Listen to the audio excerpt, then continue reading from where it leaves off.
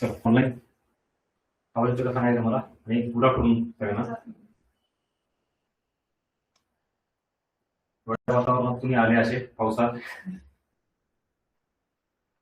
Sir online एकदा comment box मध्ये सांगा ऑडिओ व्हिडिओ क्लिअर आहे का, मग आपण सुरू करू.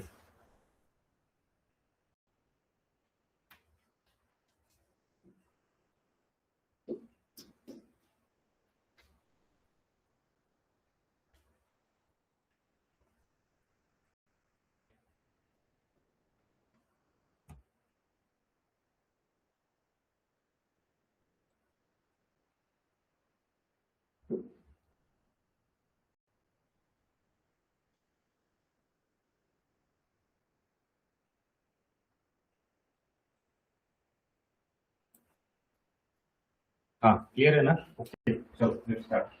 बस इकॉनॉमिक्स आणि पुढे होणाऱ्या सगळ्या परीक्षा त्यासाठी कदाचित आजचं सगळं लेक्चर ज्याला आपण फंडामेंटल्स ऑफ इकॉनॉमिक्स म्हणतो पहिल्यांदा बघत असा.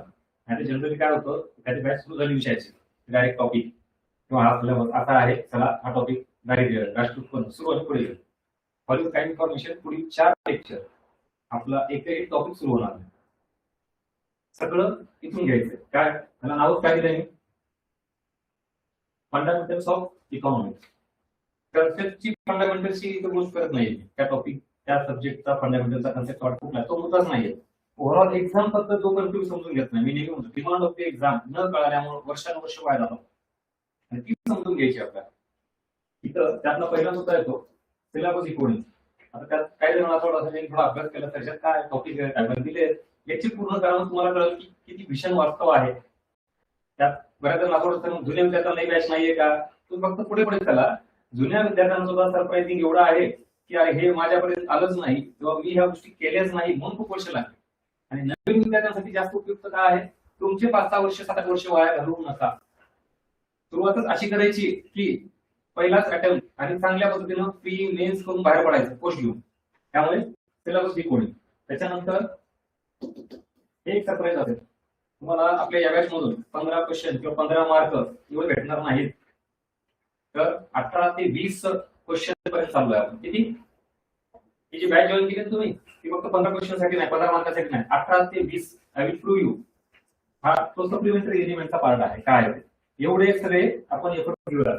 नेक्स्ट करंट इकॉनॉमिक्स एकदम कमकुवत बाजू वीक एरिया विद्यार्थ्यांचा, कारण प्रचंड भास्ट आहे. त्यातले बजेट सर्वे म्हणलं की हातच लावत नाही. तुमच्यापैकी खरं सांगायचं प्रामाणिकपणे किती जणांना ओरिजिनल बजेट आणि सर्वेचे डॉक्युमेंटचा पार्ट माहिती आहे, बघितलाय? अजिबात नाही. ते आपण व्यवस्थित विथ नोट्स कव्हर करून घेणार आहोत. त्याच्यानंतर हे लेक्चर अजिबात मिस करू नका. आता एक ना एक प्रश्न, एक ना एक पर्याय आणि त्यातला एक ना एक शब्द असा डिकोड करायचा आहे की हे म्हणजे इकॉनॉमिक्स आहे आणि अशा पद्धतीनंच केलं पाहिजे. कन्सेप्टचा बेस क्लिअर असला पाहिजे. अख्ख्या महाराष्ट्राला माहिती बरं कन्सेप्ट सगळ्या क्लिअर आहेत तरी उत्तर काय येत नाही. मग हे सगळं पीवाय करून आपल्याला फाइंड आउट करायचं. हे असे 4 लेक्चर आहेत. त्यातला आजचा आपला पहिला पडाव सुरू होतोय. केडीसी मध्ये कसे पडाव असतात तसे. शेवटचा पडाव झाला की मग 1 करोड रुपये भेटणार. चला ऑनलाईन सांगायला कमेंट बॉक्स मध्ये मेन्शन करा. आता काय सांगितलं लक्षात आलं का सांगा.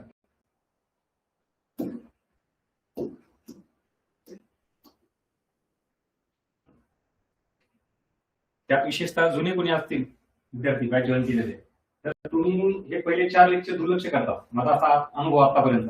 कारण का माहिती हे बेसिक आहे. मुळात बेसिकच क्लिअर नाही हे समजून घ्या.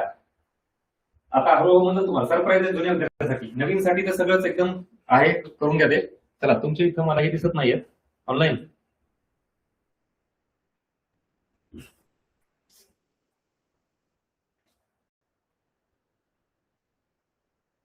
सबका साथ सबका विकास करायचा आपल्याला. त्यामुळे ऑफलाईन ऑनलाईन दोन्ही सोबत पाहिजेत. चला पटकन तिथे एक मेसेज टाका. ओके ठीक आहे. बघा आता मी नेम सांगतो. युद्धाचा पहिला नियम काय माहिती का, जर आपण एखादी युद्ध लढाई जिंकत समोर लढत असू तर जर जिंकायची असेल तर पहिला नियम हा शत्रूचा पूर्ण परिचय असला पाहिजे. त्याशिवाय तुम्ही युद्ध कसं जिंकणार, समोर शत्रू कोण आहे, किती मोठा आहे, कसा आहे, तर ते इथं ओळखून घ्यायची आहे. त्यामध्ये सिलेबस मध्ये पण टॉपिक्स हे जे घ्यायचे आपल्याला त्याच्यामध्ये बघा या इकडं हा तुम्हाला सर काय टॉपिक आहे पण दिले काय होतं सिलेबस दाखवतो तुम्हाला या इकडं हे बरोबर हे काय हे टॉपिक आहे टॉपिक मेन्शन इन सिलेबस मग त्याच्यावर पूर्णतः जर फोकस करत असाल तर माझा पुढचा प्रश्न येतो या सिलेबस मध्ये जे इथं मेन्शन केलेलं आहे तर मला पंचवार्षिक योजना टॉपिक कुठं आहे दाखवा सिलेबस मध्ये हा आयोगाचा सिलेबस आहे मी टाईप करून नाही घेतला मुद्दाम आयोगाचा ओरिजिनल आलेला आहे पंचवार्षिक योजना सिलेबस कुठे आहे टॉपिक नाहीये बरं मग आता जर तुम्ही म्हणत असाल की नाही तर मी सिलेबस नुसार अभ्यास करणार तर मग पंचवार्षिक योजना टॉपिक स्किप केलं तो आता कारण सिलेबस मध्ये मेन्शन नाही त्यामुळे तुम्हाला सगळ्यांना काय सांगितलं असं आजपर्यंत syllabus as it is follow करायचं करा ऍज इट इज फॉलो गेला एक टॉपिक तुमचा ठीक आहे दुसरा याच्यासोबतच इथं ज्याला आपण एलपीजी पॉलिसी म्हणतो नवीन आर्थिक सुधारणा तो टॉपिक कुठे आहे दोन टॉपिक झाले एक म्हणजे कुठला 5 इयर प्लॅन पंचवार्षिक योजना दुसरा म्हणजे न्यू इकॉनॉमिक पॉलिसी बरोबर ना एलपीजी टॉपिक माहिती आहे ना बरं दोन टॉपिक गेले ठीक आहे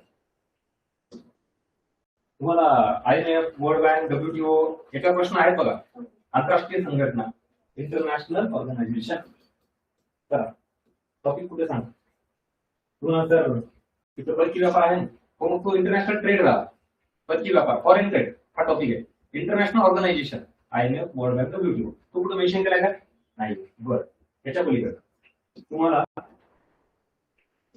चलन व पैसा M1 M2 M3 M0 किंवा 1 रुपयाची नोट कोण तयार करतं किंवा सर्व नोटा कोण तयार करतं कॉइन कोण तयार करतं सर्व प्रश्न आहे पतचलन निर्मिती पतचलन नियंत्रण आहे का नाही हा जो चलन व पैसा टॉपिक आहे मनी किंवा करन्सी ज्याला आपण म्हणतो तो कुठं मेन्शन केलेला आहे तोही नाही बरं तुम्हाला सेबीवर प्रश्न आहे नाबार्डवर प्रश्न आहे नाणे बाजार भांडवल बाजारावर प्रश्न आहे आता ज्यांनी पीओ बघितलं डोंट वरी पीओ पण दाखवणार ही सुरुवात आहे जस्ट मी काय म्हणतो आहे का जे विद्यार्थी नवीन आहेत त्यांनी अजिबात जोड घ्यायचा नाही तुम्हाला झिरो माहिती झिरो तरी सगळं कळेल डोंट वरी मी एवढ्या बेसिक पासून स्टार्ट करणार आहे की तुम्हाला इकॉनॉमिक्स म्हणजे काय मायक्रो इकॉनॉमिक्स आणि मॅक्रो इकॉनॉमिक्स काय इथून स्टार्ट करणार आहे आता तुम्हाला तर मग आम्ही जुने आहेत आम्हाला सगळं माहिती कसं माहिती ते कळलं पुढं तुम्ही ह्या चुका केल्या म्हणून तर 5-6 वर्ष लागले फॉरवर्ड टाइम इन्फॉर्मेशन बऱ्याच जणांना हे नाही माहिती की मायक्रो इकॉनॉमिक्स आणि मॅक्रो इकॉनॉमिक्स सिलेबसला आहे हा टॉपिक करायचा का बरं तो कुठे मेन्शन केलेला आहे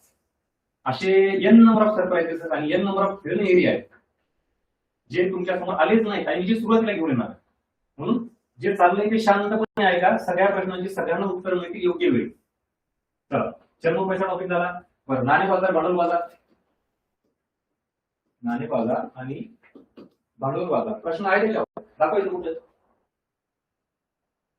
असे एकंदरीत हे टॉपिक जे सिलेबसमध्ये मेन्शन केले आहे आणि म्हणून मग मी आता तुम्हाला काय सांगत होतो या इकडे की आपल्याला सिलेबस डिकोडिंग का गरजेची आहे तर नंबर 1 आयोगाने मेन्शन केलेले टॉपिक्स जे सिलेबस मध्ये आहेत ते आपल्याला बघायचे पहिली गोष्ट second thing is that hidden topic not mention in syllabus हे फाइंड आउट करायला लागेल नाही बरं तुम्हाला सांगून हे तुम्ही कुठून आणले तुमच्या मनावर चाललंय का काय करू हे कशावर चालले पीवायच्या मग मी मागच्या 10 वर्षाच्या प्रश्न काढला 1 2 3 नाही 10 वर्षाच्या प्रश्न त्याच्यावरून क्लिअर कट हा जो एरिया आहे मी जे सांगतोय त्याच्यावर प्रश्न दाखवतो तुम्हाला विथ प्रूफ आणि मग आपल्याला काय करावं लागेल आता कंपॅरिझन करावं लागेल ना म्हणजे तुम्हाला सिलेबस डिकोडिंग मध्ये पहिल्यांदा स्वतःला हे सांगावं लागेल की आयोगाने मेन्शन केलेले टॉपिक समजा हे फॉर एक्झाम्पल 8 आहेत हे टॉपिक ते 20 आपण बघितली प्लस काय करावं लागेल आता असे काही 4-5 टॉपिक आहेत काय जे असेल त्यांनी एक्झाम्पल दिले किती आकडा असू तर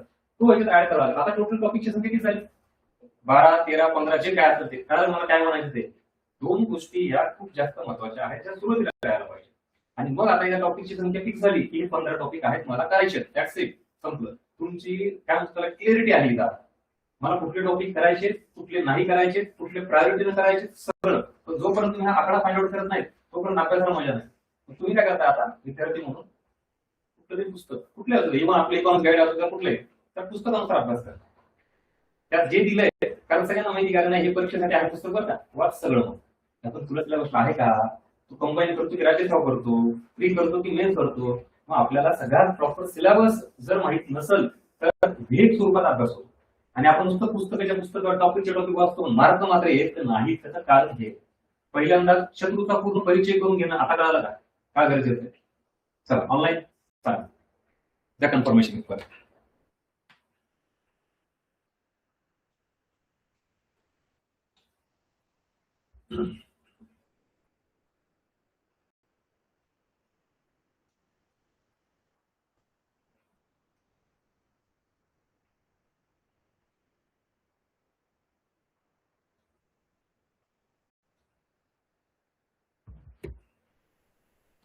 हा ओके गुड, कळालं ना, ठीक आहे.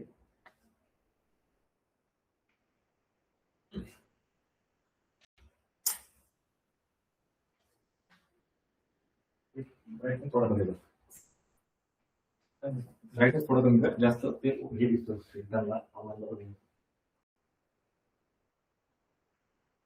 थोडा कमी कर किंचित.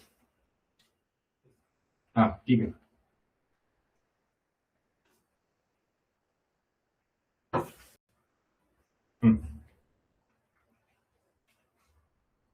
आता हे सगळं आपण कशाच्या आधारावर करतोय, कम्प्लिटली पीओकेच्या आधारावर. म्हणून असं झालं समजा आता कळालं आम्हाला. थांबा, आता याच्यात अजून एक गोष्ट अशी आहे की परत 10 वर्षाची पीओके बघितले, त्यात जर माझी 2-3 वर्षाची जास्त जर प्रायोरिटी फोकस केले तर काय होतं, म्हणजे नवीन काही बदल झाला का ते कळत. आता नवीन बदल म्हणजे की प्रश्न कन्सेप्ट मध्ये विचारण्याच्या पद्धतीत म्हणत नाही, डायरेक्टली काय नवीन टॉपिकच हाही तुम्हाला विचार द्यावा लागेल. म्हणजे मागच्या सरळ तुम्ही 10 वर्षाच्या प्रश्नपत्रिका बघा, तुम्हाला कंबाईनला शाश्वत विकास एमडीजी एसडीजी वर प्रश्न नसायचा एक सुद्धा, दाखवा. आणि राज्यसभा फ्री काढा, राज्यसभा फ्री वर दरवर्षी ऑलमोस्ट दरवर्षी एमडीजी एसडीजी वर शाश्वत विकास या टॉपिकवर प्रश्न आहेच. मग आता तुम्हाला या सिलेबस डिकोडिंग मध्ये काय मिळणार, अजून नवीन टॉपिक कुठले ऍड करायचे. मग याच्यात तुम्हाला आता जे मी सांगितल्याप्रमाणे हे आयवर दिले, हे पीओए करून काढले, आणि आता अजून जे 2-3 टाकणार आहे, जर फॉर एक्झाम्पल सस्टेनेबल डेव्हलपमेंट, आता तुम्हाला करावाच लागेल. त्यानंतर इंडस्ट्री टॉपिकवर जास्त प्रश्न यायचे नाही, आता इंडस्ट्री पण फ्रीला घ्यावा लागेल. त्यानंतर ऍग्रिकल्चर, तो सुद्धा अँगल थोडा वेगळा होता, म्हणजे इतर सिलेबसवर मेन्शन केलंय, पण आधी ह्या 2 टॉपिकवर प्रश्नाचा अँगल कम्प्लीट वेगळा होता, ते सुद्धा मी पीओए करून टाकून दिली. आता मात्र आयोग थोडा कोर एरियाकडे जायला लागला, म्हणजे ऍग्रीवरही प्रश्न बदलायला लागलेत आणि इंडस्ट्रीवर सुद्धा औद्योगिक धोरण. कारण परत मी तुम्हाला मागच्या पीओचे आधारित त्याच्यावर औद्योगिक धोरण विचारलेच नव्हते, पण आता त्याच्यावर यायला लागला. हा जो बदल आहे ना, हा सिलेबस डिकोडिंग मध्ये तुम्हाला नवीन बदल जो आहे तो इथे मिळेल, म्हणजे न्यू टॉपिक्स. आता आयडिया आली. हे लेक्चर वाटतं तेवढं सोपं नाही, काय नसते टॉपिक पासून आपण पुढे गेलो. तुम्हाला अपडेशन जी नव्हतं मी नेहमी जी बॅच अपडेटेड का आहे त्याचं कारण हे एक म्हणजे आयोगाने दिलेला, त्याच्या आधी काही पीओक्यू विचारलेले आणि कम्प्लिटली आता नवीन. So this is all about PYQ based syllabus decoding.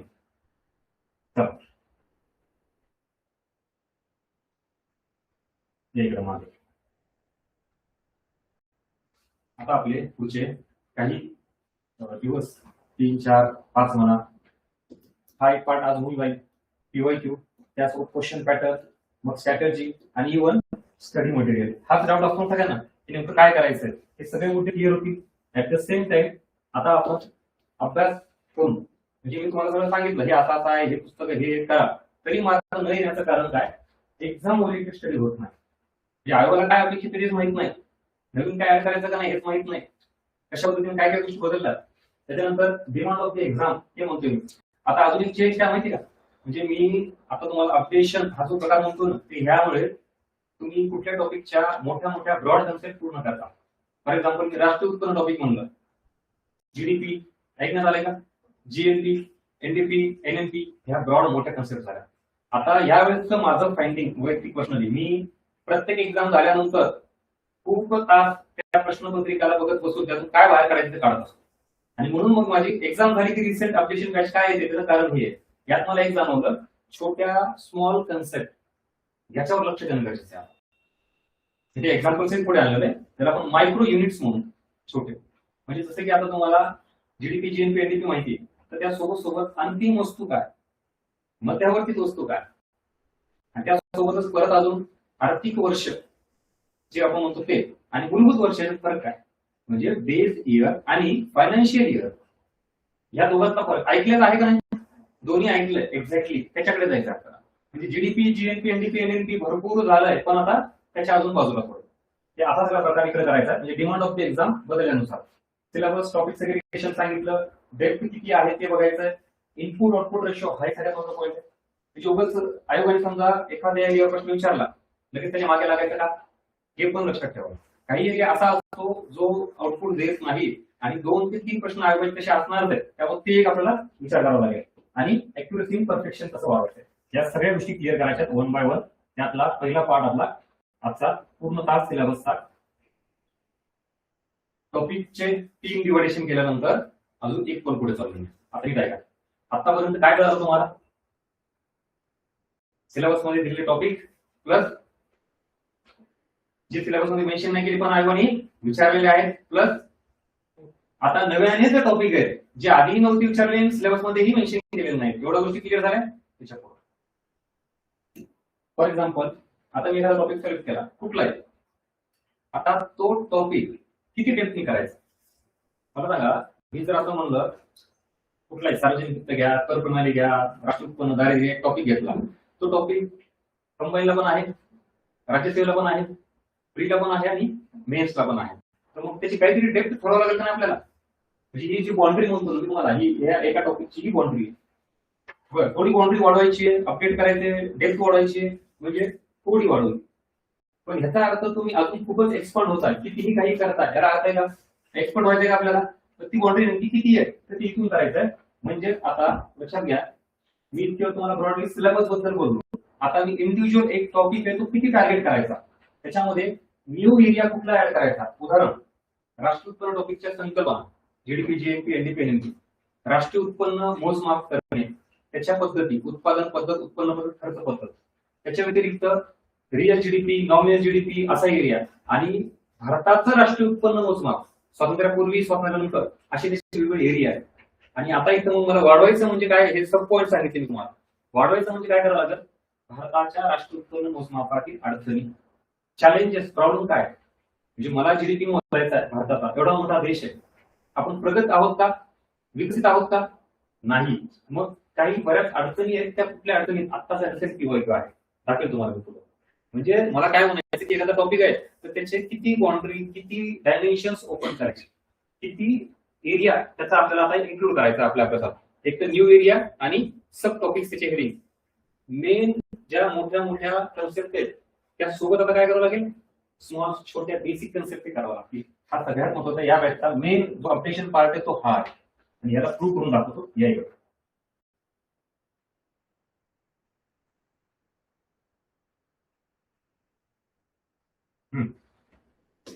चला, ऑनलाईन ऑफलाईन बी केअरफुल, नीट आहे का आता बघा. डोंट वरी, काही नाही कळालं तरी मी नेमकं आयोग काय आहे तुम्हाला समजून सांगतोय. बघा हा प्रश्न वाचा परत, आता या वर्षीचा प्रश्न घेतला वाचा प्रश्न हा प्रश्न ऑनलाईन आणि ऑफलाईन.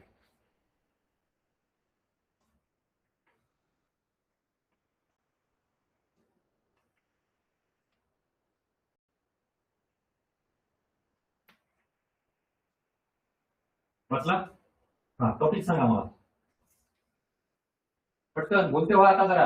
आता नुसतं ऐकत बसायचं नाही, इन्व्हॉल्व व्हा त्याच्यामध्ये. जनरली हे वाचून तुम्हाला कुठला टॉपिक वाटतं, काय शेती, ऍग्रिकल्चर, बरोबर.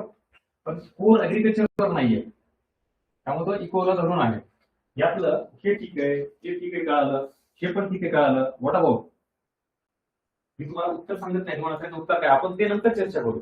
मला म्हणायचंय हा जो ना स्ट्रक्चरल चेंज हा नेमका प्रकार काय आहे. बरं, हा कुठला टॉपिक आहे काय म्हणतो, या नावाचा टॉपिकच नाही म्हटला, ही कुठली कन्सेप्ट आहे, कुठलीच नाही, हे सांगायचं एक्झॅक्टली मला. आता बघा, पायाभूत सुविधा काय आहे काही नाही हे बेसिक समजा आपल्याला माहिती असतं. उत्पन्नातील बदल, इन्कम कमी जास्त हे माहिती आहे, हे तर क्लिअर कट टॉपिक आहे, माहिती आपल्याला. अरे पण हे काय आहे आता सांग, मला काय म्हणायचं का तर ऑनलाईन ह्या गोष्टी शिकायच्या आपल्याला आता, की स्ट्रक्चरल चेंज काय आहे हे जर नाही कळालं हा प्रश्न सॉल्व्ह होईल का. तुम्हाला बाकीचे 3 ऑप्शन माहिती आहेत, पण हे असले काहीतरी नव्याने. बरं नेक्स्ट, हा झाला एक, अजून नाही का आता अजून चेंज काय करायचं तुम्हाला, ज्यावेळेला आपण हे बँक रेट, रेपो रेट सगळं करतो, त्याच्या हे डेफिनेशन आहे इकडं. त्यासोबत आता एक अजून काय करावं लागेल आपल्याला, ह्याला इथं रिडिस्काउंट म्हणलं जातं, रिडिस्काउंट हा शब्द. हा, आणि इकडे याला पुनर्वटाव दर हा शब्द वापरला. ऍक्च्युली ते डेफिनेशन नाहीये, तर तो त्याला अर्थ आहे किंवा तो शब्द वापरलेला आहे. हे पण आपल्याला माहिती पाहिजे. इथं प्रोन्यूस काय असं क्लिअर असून चालत नाही. तो एक मुद्दा झाला. पुढे जाऊ.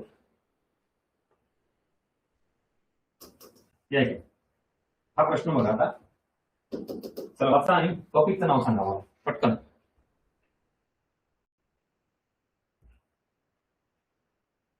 तो पुऱ्या पण सांगा.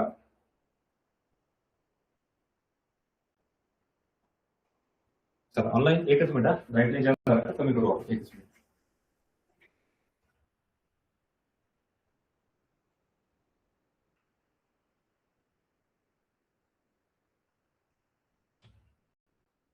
ते ब्राईटनेस कमी करा. ऑनलाईन तुमचे काय असत ते सांगत करा लगेच पटकन. तर कमी अजून. हा ठीक आहे आता. ओके चल.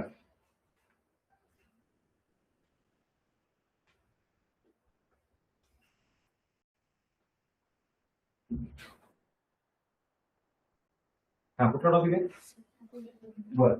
आता राष्ट्रीय उत्पन्नामध्ये पण आतापर्यंत ट्रॅडिशनली आपण काय करायचो, जीडीपी, जीएनपी, एनडीपी, बरोबर. आता ह्याच्यावर एक काय एंट्री घ्यायची, काय येतं मर्यादा, अडचणी, चॅलेंजेस. म्हणजे आता हा कन्सेप्टचा पुढचा एरिया गेला, जनरलायझेशन म्हणून आपण त्याला. भारत हा विकसनशील देश आहे, आपल्याला राष्ट्रीय उत्पन्न मोजायचंय, तर त्यासाठी ह्या सगळ्या गोष्टी. ह्याच्यात पण अजून एक गोष्ट बघा, हा जो हा एरिया हा काय सांगतो तुम्हाला बघा. मॉनिटरी एक बघा, मॉनिटरी सेक्टर आणि नॉन मॉनिटरी सेक्टर. म्हणजे मौद्रिक जे आहे शब्द, मौद्रिक क्षेत्र आणि गैरमौद्रिक क्षेत्र. तुम्ही ऑर्गनाइज सेक्टर आणि अनऑर्गनाइज सेक्टर ऐकलंय, फॉर्मल आणि इन्फॉर्मल सेक्टर, त्याचा फरक लक्षात घ्या. मी काय सांगतोय परत, आजचं लेक्चर हे सुरुवातीचं ज्याला असं वाटतं नाही बेसिक काही गरज नाही, तिथंच तुम्ही चुकला. दिशा एकदा चुकली, किती पुढे गेला तरी चालतंय, तुम्ही टार्गेट पण पोहोचू शकत नाही. मला ह्या प्रश्नाचं काय दाखवायचं तुम्हाला, नुसता राष्ट्रीय उत्पन्न टॉपिक करून आता चालणार नाही. त्याच्या पलीकडे जाऊन चॅलेंजेस, समस्या, बरं त्याच्या पलीकडे जाऊन भारताचं राष्ट्रीय उत्पन्न का कमी आहे as compare to other country. जर आपण तर टॉप 5 मध्ये आहेत ना, अरे टॉप 10 मध्ये असतात. पहिल्या आणि दुसऱ्या अर्थव्यवस्थेत आपल्याला किती फरक आहे माहिती का तुम्हाला? अमेरिका किती ट्रिलियन डॉलरची आहे? 30. 3 म्हणत नाही, 30 म्हणतो जोक. चायना 20, नियर अबाउट धरून चला, प्लस मायनस कुठल्या वर्षाचं, नियर अबाउट 20 ते 30. आणि त्याच्यानंतर मग आपण कुठे 4, ते कधी 4, कधी 5, कधी 3.5, 4, नियर अबाउट 4च्या आसपास धरून चला. म्हणजे किती पट चायनाची आपल्या आणि किती पट अमेरिकेची आपल्या. आता आज कळाला का डिफरन्स? आपण 4 ट्रिलियन, चीन 20 ट्रिलियन आणि अमेरिका 30 ट्रिलियन. विचार करा, आपली लोकसंख्या जास्त, आपली इकॉनॉमी जास्त, पण तरी त्या मनानं जीडीपी नाही. लक्षात घ्या. मग हे सगळं जे आहे ना, याचे रिझन फाइंड आउट करावं लागतं आपल्याला, की असं का. हा पहिला मुद्दा झाला. दुसरा, बरं त्या मनाने समजा तरी परत इतर देशाच्या तुलनेत आपण चांगले, 4 ट्रिलियन इकॉनॉमी म्हणजे त्याला चांगले. हे झालं जीडीपी, राष्ट्रीय उत्पन्न. म्हणजे जगात आपण टॉप 10 ला आहोत किंवा टॉप 5 ला आहोत, चांगली गोष्ट आहे ना. At the same time distribution कसं आहे, या राष्ट्रीय उत्पन्नात जी वाढ व्हायला लागली आपली, त्याचं वितरण मात्र समान आहे का? नाहीये. मग तेही तुम्हाला बघावं लागेल. म्हणजे आता तो एरिया राष्ट्रीय उत्पन्नाचा आपल्याला करणं अपेक्षित. त्याच्या अडचणी, त्याच्या मर्यादा आणि वितरण असमान असणे. म्हणून तर आपल्याला आर्थिक विषमता जास्त आहे, गरिबी जास्त आहे. म्हणजे एका ठिकाणी तुम्ही असं वाटायला बघता की नाही भारत ग्रो करतोय, जीडीपी चांगलं वाढायला लागलंय, दुसऱ्या टाइमला दारिद्र्य, बेरोजगारी. मग हे जे ना, ह्याचा संबंध आपल्याला बघावा लागेल. बरं अजून एक पॉईंट, जीडीपी नुसार आपण किती नंबरला आहे? आता 6व्या नंबरला गेलो. आधी किती नंबरला होतो? 4थ्या. बरं तिसऱ्या पण जाऊ बहुशा. बरं टॉप 10 मध्ये आहोत का? आहे. कशानुसार? जीडीपी नुसार. आता पर कॅपिटा इन्कम नुसार, दरडोई उत्पन्न, त्याचा फॉर्म्युला काय आहे दरडोई उत्पन्नाचा? पर कॅपिटा इन्कम, दरडोई उत्पन्न इज इक्वल टू एकूण देशाचं राष्ट्रीय उत्पन्न, म्हणजे काय असणार? जीडीपी डिवायडेड बाय देशातील एकूण लोकसंख्या. बरोबर का? मी असं म्हणलं 100 रुपये राष्ट्रीय उत्पन्न भारताचं आणि 50 रुपये राष्ट्रीय. दरडोई उत्पन्न किती? साधं कॅल्क्युलेशन आहे ना, 2 रुपये प्रति व्यक्ती. म्हणजे एका व्यक्ती मागे आपली किती उत्पन्न येतं, that is called as per capita income. That's it. मग मला तुम्हाला प्रश्न हा विचारायचा होता की जीडीपी नुसार आपण टॉप 10 मध्ये आहोत. आता मी टॉप 10 का करतो, कधी 3 नंबरला, कधी 4 नंबरला, कधी 6 नंबरला, हे व्हॅरी असणार आहे की नाही. म्हणजे आज जरी म्हणलं भारत 6व्या नंबरला आहे, उद्या 7व्यावर गेला तर तेव्हा ते करंट मध्ये बघू आपण. इथं मी करंट शिकवतोय का तुम्हाला? नाही. म्हणून कन्सेप्ट समजून घ्या काय चाललंय. सांगायचा मुद्दा हा आहे की आता राष्ट्रीय उत्पन्न टॉपिक ज्यावेळेला आपण करतो तेव्हा जीडीपीचा संबंध एवढ्या वेगवेगळ्या अँगलनी, एवढ्या डायमेन्शन्सनी बघावं लागेल आणि त्याचं रिझन शोधावं लागेल तुम्हाला. मग मला सांगा, मी तर तुम्हाला प्रश्न विचारला, ब्लँक केला, भारतात राष्ट्रीय उत्पन्न एवढं जास्त आहे आणि त्याच्यात भारत जगात टॉप 10 मध्ये आहे, पण पर कॅपिटल इन्कम नुसार भारताचा नंबर खालून शेवटी लागतो जवळपास. असं का? लोकसंख्या जास्त आहे. मिळालं उत्तर? ऑनलाईन चला, पाठ करायची गरज आहे का आता सांगा. म्हणजे तुम्हाला एकंदरीत आता जे मी सगळं सांगितलं ते लक्षात आलं का? आणि काही गोष्टींचं उत्तर हे तुम्हाला कन्सेप्ट समजल्यानंतरच येतं. जीडीपी मध्ये पुढे आहोत पण दर उत्पन्नात आपण पुढे नाही, कारण लोकसंख्या जास्त आहे. म्हणजे इथे जे मी आता सांगत होतो तुम्हाला, 100 रुपये हे असेल तर 50 लोकसंख्या असेल तर 2 रुपये आला. मी जर इथं 100 केले आता 1 रुपया डायरेक्टली दर उत्पन्न काय झालं? कमी झालं. कशामुळे? लोकसंख्या जास्त असल्यामुळे. मग हा सगळा एरिया तुम्हाला यातून शिकावं लागेल, तर कुठं आताचे नवीन येणारे प्रश्न टॅकल होतील. त्या अँगलने आपला पुढे जायचं. हा पहिला प्रश्न इथून काय शिकलो आपण? तुम्ही याला कृषी टॉपिक म्हणून ज्यावेळेला घेता, ऍक्च्युली यात कुठली कन्सेप्ट शिकायला पाहिजे? संरचनात्मक बदल काय, स्ट्रक्चरल चेंजेस काय. इकडे तुम्हाला काय काय शिकायचंय? नुसतं जीडीपी जीएनपी नाही, तर राष्ट्रीय उत्पन्नात अडचणी, समस्या काय, ऍट द सेम टाइम ते असले कीवर्ड, असले कन्सेप्ट काय, मॉनिटाईज सेक्टर म्हणजे काय आणि नॉन मॉनिटाईज सेक्टर म्हणजे काय. बरोबर ना? हे कळल्याशिवाय राष्ट्रीय उत्पन्न टॉपिक प्रश्न येणार का? राष्ट्रीय उत्पन्न टॉपिक पूर्ण केला तर पण हेच माहित नाही मला, काय करणार तुम्ही आता? अशा छोट्या कन्सेप्ट. म्हणून मी तर तुम्हाला ह्या इथं काय सांगतोय, आता आपला मेन जो काही पॉइंट होता, हा काय चाललंय आपलं मेन बिग कन्सेप्ट, मोठ्या at the same time small आणि बेसिक कन्सेप्ट, ज्या शक्यतो विद्यार्थ्यांच्या वाचण्यात येत नाहीत, ऐकण्यात येत नाहीत, त्यांना माहित सुद्धा नसतील त्याला फोकस करायचा. अख्खा एक प्रश्न तुमचा छोटी कन्सेप्ट आहे, तो क्वेश्चन चुकवणार तुम्हाला. बाकी तुम्ही अख्खा टॉपिक केला, छोट्या गोष्टीकडे दुर्लक्ष आहे, असं होऊ द्यायचं नाही. नेक्स्ट हा झाला इकडचा एरिया. आता अजून एक दाखवतो. हा आता नवीन एरिया आहे, ठीक आहे, त्याच्याबद्दल बोलून मी आपण, ठीक आहे, अर्थसंकल्पाचे ओके या एकदा. अर्थसंकल्प बघा, आता सार्वजनिक टॉपिक आहे. तुम्ही काय कराल? अर्थसंकल्प म्हणजे काय? समतोल अर्थसंकल्प, बॅलन्स बजेट, डेफिसिट बजेट, म्हणजे अर्थसंकल्पाचे प्रकार करणार तुम्ही. तुटीच्या संकल्पना करणार. पण आता ऍक्च्युली अजून थोडा हिडन एरिया म्हणा किंवा वेगळा, त्याच्यामध्ये काय आहे? डेव्हलपमेंट होणारा खर्च, त्याला आपण विकास खर्च म्हणतो. आणि नॉन डेव्हलपमेंट होणारा विकासाचा खर्च काय? त्याच्यातही पलीकडे अजून गेला तर उत्पादक खर्च, प्रोडक्टिव्ह, आणि अनुत्पादक खर्च, ह्या ज्या अशा छोट्या छोट्या गोष्टी आहेत ना, हे येतं. काय आपल्याला येतं? विकासेतर खर्च म्हणजे कुठला? Non development expenditure. ही बेसिक कन्सेप्ट आहे. ह्याला काय म्हणायचं? विकासात्मक खर्च. त्याच्यात काय हे कॅटेगरीत टाकलं जातं. हा एक पॉईंट. नेक्स्ट अजून या परत राष्ट्रीय उत्पन्नाचा हा एरिया बघा. आता तुम्हाला सगळं माहिती आहे, पण राष्ट्रीय उत्पन्न या कन्सेप्ट बाबत ही संकल्पना साठा पद्धत, म्हणजे साठा संकल्पना आहे की प्रवाही संकल्पना आहे? एक ठीक आहे ना. आता हा पिवायचो आहे, तुम्हाला माहिती. पण माझं काय म्हणायचं, भावना पोहोचतात त्या आपल्याला छोट्या छोट्या कन्सेप्ट कडे आता लक्ष द्यावं लागेल. की जीडीपी, जीएनपी, एनडीपी अख्ख्या महाराष्ट्राला माहिती आहे.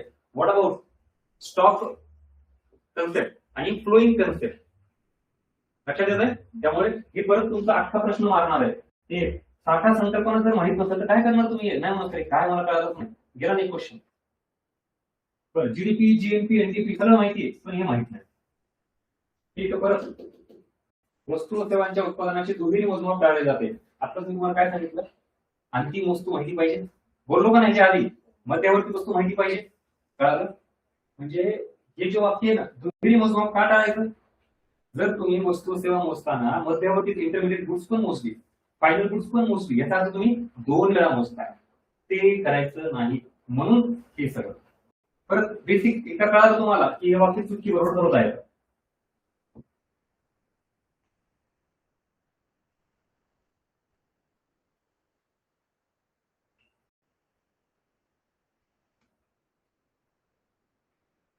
हा इथे हे एक आपल्याला ऍड करायचं बरं का. यामध्ये आता म्हणजे आयोगाने याच्या आधी एखाद दोन प्रश्न विचारले मागच्या काही वर्षापासून, पण मग आता अजून क्लिअर हिंट दिली की दरवर्षी एक प्रश्न मिनिमम आहे. तो आता नव्याने टॉपिक ऍड करायचा, तो म्हणजे ऑडिट अँड अकाउंटिंग, लेखा व लेखा परीक्षा. म्हणजे टेक्निकल पार्ट आहे हा जरा, पण तरी तो आपण ह्याच्यामध्ये अख्खा एक टॉपिक म्हणून कव्हर करणार आहे. नवीन ऍडिशन हे सगळ्यात महत्त्वाची बरं का. Audit and accounting were definitely एक प्रश्न बेसिक लेवल यायला लागलाय, अजिबात त्याला घाबरायचं नाही. हा कम्प्लिटली कॉमर्स साईडचा टॉपिक, पण आपल्याला जेवढा सिलेबसला गरजेचा आपण तेवढा घेऊया. हे सगळ्यात मेजर अपडेशन असणार तुम्हाला.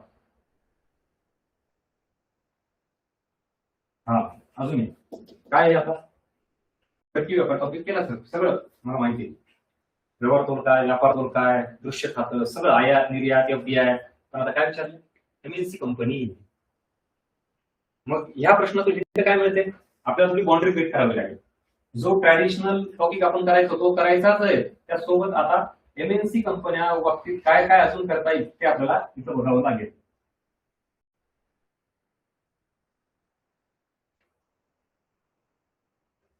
ठीक आहे, त्याच्या इथं म्हणजे मी अजून पीओक्यू अनालिसिस सुरू केलं नाही बरं का. मला फक्त तुम्हाला हे दाखवायचंय की टॉपिक कोणते करायचे आणि एखादा टॉपिक केला तर त्यातले कुठले कुठले अँगल वाढवायचे आपल्याला नवीन. हा काय टॉपिक कुठला आहे सांगा, आरबीआय. आता आरबीआय टॉपिक मध्ये हे सरळ त्याचे कार्य विचारले, कोणते काम पार पाडते, कोणते एक शब्द बघा. हेच विद्यार्थ्यांना हिंट घेता येत नाही. म्हणजे याचा अर्थ आता तुम्हाला नुसते आरबीआयचे कार्य माहिती असून चालत नाही, तुम्हाला काय करावं लागेल आता. आरबीआय सरकारची बँक म्हणून पण काम करते का नाही, मग त्याच्यात कुठली कुठली काम आहेत. दुसरं, व्यापारी बँकांची बँक म्हणून काम करते का, त्याच्यात कुठली कुठली काम करते. आणि राज्य सरकारांची बँक म्हणून सुद्धा आरबीआय काम करते बरं का, त्याच्यात काय काय रिपीट. ह्यावरून आता आपल्याला आरबीआय तर कन्सेप्ट लेवलला शिकायची, कुठल्या सीआरआर एसएलआर बँक रेट वगैरे ते सगळे आरबीआयचे कन्सेप्ट आहेत. पण आरबीआयच्या कार्यामध्ये पण तुम्हाला बायफर्केशन करावं लागेल. आता सरकारची बँक म्हणून आरबीआय काय काम करते, राज्य सरकारांची बँक. सरकारची म्हणजे कुठलं सरकार, केंद्र सरकार. त्याच्या व्यतिरिक्त राज्य सरकारांची बँक म्हणजे भारतात जेवढे राज्य ते, आणि तिसरं व्यापारी बँकांची बँक म्हणून सुद्धा आरबीआय काम करते. आता सगळ्यांसाठी एकच काम करत का, ऑनलाईन मी काय म्हणतो कळते का, लक्षात येते का. मग आता हे तुम्हाला बायफर्केशन करावं लागेल नाही. जर जनरल मी म्हणतो हा शब्द नाहीये, फक्त आरबीआयची कार्य. आता आता तुम्ही जनरल सांगू शकता, स्पेसिफिकली मी असं म्हणलं व्यापारी बँकांची बँक म्हणून आरबीआय काय काम करते, तर सरकारचं काम करते आपण जमल का, नाहीये. तुम्हाला वेगळं सांगावं लागेल. ते अजून कुठलं राज्यांचं असं ते वेगळं. हे बायफर्केशन आपल्याला करायचं, आणि हे सगळ्यात महत्वाचं अपडेशन. हा नवीनच एरिया डायरेक्ट हे पुढे सांगेल. आता काही कंबाईन मेन्सचा पण एरिया दाखवतो, कारण आपल्याला काही काही वेळा कंबाईनचे मेन्सचे राज्यसेवेचे पण प्रश्न इकडे येतात, तुम्हाला ते बेसिक माहिती असू द्या. हा प्रश्न काय सांगतो आणि हा प्रश्न मला सांगा कुठल्या टॉपिकचा आहे. हा प्रश्न टॉपिकचं नाव सांगा मला.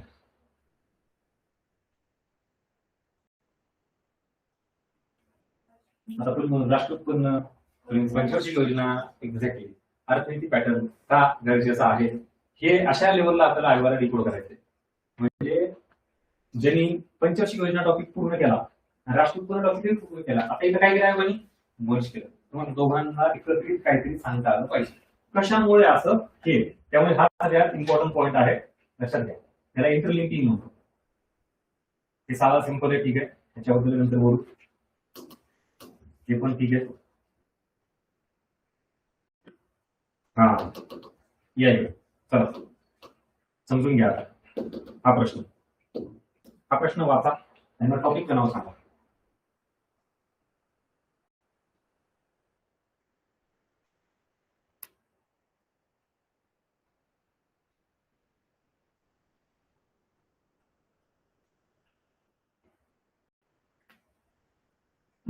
कुठलं टॉपिक आहे. आता प्रश्नाचं म्हणलं तर व्यापार चक्र, आपण ट्रेड सायकल म्हणतो. तेजी मंदीचं चक्र, ठीक आहे, रिसेशन, डिफ्लेशन, इन्फ्लेशन, हे म्हणजे महागाई त्या दृष्टिकोनातून. त्यात एक शब्द इथे काय वापरला, अब्रुचर. तुम्हाला इंग्लिश मध्ये दाखवते काय आहे, कॉन्ट्रॅक्शन. बर, आता इथं बघितलात तर की महागाई हा ऑप्शन कशा संबंधित आहे, हा ऑप्शन कशाच्या संबंधित आहे, हा ऑप्शन कशाच्या संबंधित आहे, बेरोजगारी टॉपिक. हा ऑप्शन उद्योग म्हणून आपण गुंतवणूक. म्हणजे विचार करा, तुम्हाला पर्यायामध्ये किती टॉपिक आहेत, नॉट अ जोक. ऑनलाईन तुम्ही ज्या विश्वासाने ऍडमिशन घेतला, जे तुमचा वेळ आणि पैसा देणार आहात यासाठी, जे कुठं एवढं डिकोड करून नाही, तुम्हाला कुठल्या आव्हानाला सामोरे जायचंय कशात, आणि या लेवलला आपण जर आधीच आयोगाला समजून नाही घेतलं आणि मग अभ्यास तर करतो सर, मी सगळे टॉपिक केले, मग मला मार्क काय येत नाही, उत्तर मिळायला लागले, काय मजा काय सांगता तुम्ही मला.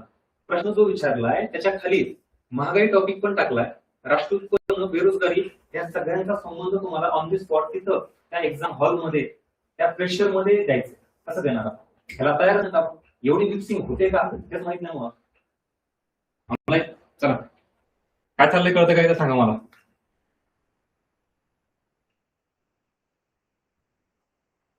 मग कन्सेप्च्युअल अंडरस्टँडिंग डेट ही प्रॉपर लागेलच, त्याशिवाय त्याला नाही डील करू शकत. हा, ओके. बरं, आता ह्याला असं बघून घाबरायचं का, तर भयानकच आहे म्हणून. तुम्ही आता अर्थनिक जॉईन झाले ना, आता डोंट वरी. पण मी रिअलिटी सांगणार, म्हणजे आता तुम्ही जे काही आहे ना, फक्त लेक्चर कंटिन्यू करा एवढंच. तुम्हाला काही लेक्चर नंतर मग एवढा कॉन्फरन्स मग कळलं की यस सर आता जमायला लागलं. ह्याच्यात आता हे सगळं दाखवण्याचं कारण असं आहे, व्यापार चक्रातील अंकुचन हा एक शब्द कीवर्ड आहे, तुम्हाला नीट माहिती पाहिजे. कॉन्ट्रॅक्शन काय, एक्सपान्शन काय. सरळ सरळ समजा ही अर्थव्यवस्था, मी आता अर्थव्यवस्थेत पैसे टाकले, ह्याला 100 रुपये दिले, ह्याला 100, ह्याला 100, पैशाचं प्रमाण वाढते का कमी होतं, ह्याला मी प्रसारण म्हणू शकतो का, कशाचं, पैशाचं, चलनाचं, ह्याला मी एक्सपान्शन म्हणू शकतो का, येस. आता मी तुमच्याकडे पैसे काढून घेतले, बरं काढून घेण्यात पण असं होतं का, मी माझा तुम्हाला मी टॅक्स लावणार, बरोबर का, म्हणजे कुठल्या तरी स्वरूपात मी काढणार, आता डायरेक्ट मागणार नाही तुम्हाला. मग ह्याला काय म्हणायचं, संकुचन, बरोबर, किंवा कॉन्ट्रॅक्शन. संकुचन, संकुचित होणे, कॉन्ट्रॅक्शन होणे, कशाचं, पैशाचं, राईट. मग इथं एक्झॅक्टली आकुंचन किंवा कॉन्ट्रॅक्शन किंवा संकुचित होणे हे शब्द काही वापरू शकता तुम्ही. ह्याच्यावर तुम्हाला काय हिंट मिळेल, अर्थव्यवस्थेत लोकांकडील पैशाचं प्रमाण का वाढलं, कमी झालं, कुठल्या शब्दाने सांगितलं, कॉन्ट्रॅक्शन. बरं, ह्याच्यानुसार आता खाली तुम्हाला ऍप्लिकेशन करायचं. बरं, वस्तू व सेवांच्या किमतीत वाढ होईल का, घट होईल, ती कळलं. आता सुरुवातीला अजून नाही कळणार तुम्हाला. जर हे झालं तर घट होईल.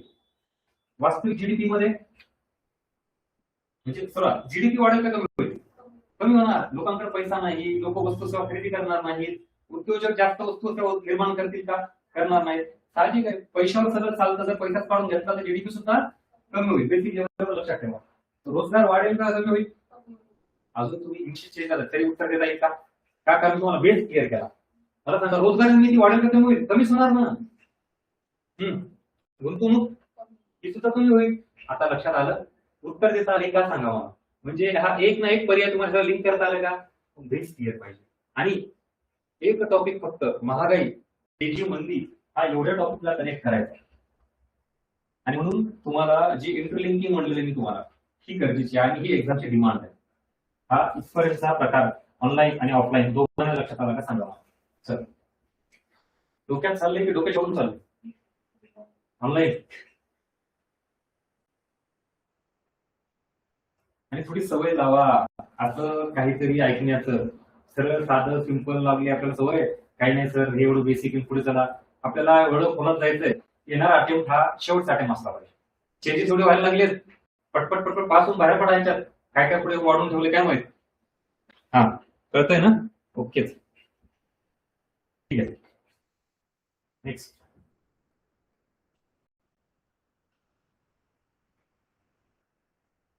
हा, या चला, प्रश्न वाचा, सांगा.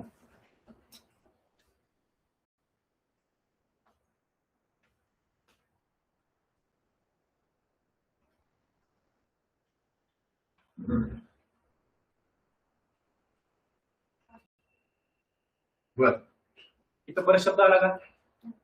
हा, बर, तो जो होता तो राष्ट्रीय उत्पन्न, रोजगार निर्मिती, गुंतवणूक त्याला लिंक केला होता. इथं प्राप्ती कर म्हणजे इन्कम टॅक्स. बरं का, आता नवीन टॉपिक ऍड केला. कुठला? Tax topic. म्हणजे टॅक्स मुळे सुद्धा मी आताच तुम्हाला टॅक्स बद्दल बोललो का नाही. जर टॅक्स आपण बघा घट केली म्हणजे टॅक्स रेट वाढवले का कमी केले? कमी केले. म्हणजे तुम्ही व्यक्ती आहे, 100 रुपये उत्पन्न तुमचं, मी गव्हर्नमेंट आहे, 100 रुपयाला आधी 20 रुपये टॅक्स घ्यायचे. तुमच्याकडे किती रुपये राहायचे? 80. मग आता मी टॅक्स मध्ये घट केली, मी 10 रुपये घेतो तुमच्याकडून, आता किती उरले? म्हणजे पैसे वाढले का कमी झाले? बरोबर. आता मला बाकी सोडून द्या. इथं पण विस्तारित आहे, इथं पण विस्तारित, इथं संकुचित, संकुचित. मला जर ऑप्शन इलिमिनेटच करायचं म्हणून कुठला ऑप्शन इलिमिनेट करू जो चुकीचा आहे? ऑनलाईन उत्तर द्या. हे कीवर्ड आहेत ना, हे विस्तारित, संकुचित, तर कुठला शब्द मी इलिमिनेट करू? संकुचित का विस्तारित? तर ऑनलाईन काय इलिमिनेट झाला? जाग्यावर. का? बेसिक कन्सेप्ट क्लिअर आहे. तुम्हाला नेमकं कळालं काय आहे इथं. जर इन्कम टॅक्स कमी केला तर काय होतं, इन्कम टॅक्स वाढवला तर काय होतं, आणि त्याच्यावरून डायरेक्टली 2 ऑप्शन जाग्यावर इलिमिनेट झाले, जाग्यावर. कारण आता तुम्ही अजून शिकायला, अजून आपल्याकडचे पुढचे बरेच टॉपिक बाकी आहेत. मग आता उत्तरापर्यंत नाही पोहोचता आलं तरी तुम्हाला काही गोष्टी कळायला लागल्या, हे उत्तर नसूच शकतं, समजा ना. बरं, आता उरलेल्या 2 मध्ये आता सांगा बरं, थोडं डोकं लावा. चला ऑनलाईन चुकू द्या, इन्व्हॉल्व्ह व्हा उत्तरामध्ये. आपल्या बॅचचं हेच वैशिष्ट्य आहे, मी 2 वे कम्युनिकेशन करतो कधी पण. उगाही काढून बडबड करून निघून गेलो असं करायचं नाही, त्यामुळे इकॉनॉमिक्स डोक्यात जाणार नाही, फक्त कानात जाईल. आपल्याला कुठं टाकायचंय? डोक्यात. चला आता 2 मध्ये काय निवडायचं? जर तुमच्या हातात पैशाचं प्रमाण वाढलं, तुम्ही वस्तू सेवांची डिमांड करणार का नाही? म्हणजे काय वाढणार? दिस इज युअर आन्सर. सर इकडे पण विस्तारित करून तुम्ही ह्याला का नाकारलं? आता त्यासाठी टॅक्स टॉपिक कम्प्लीट झाला ना, तुम्ही ह्याच उत्तर देऊ शकता. का बरं?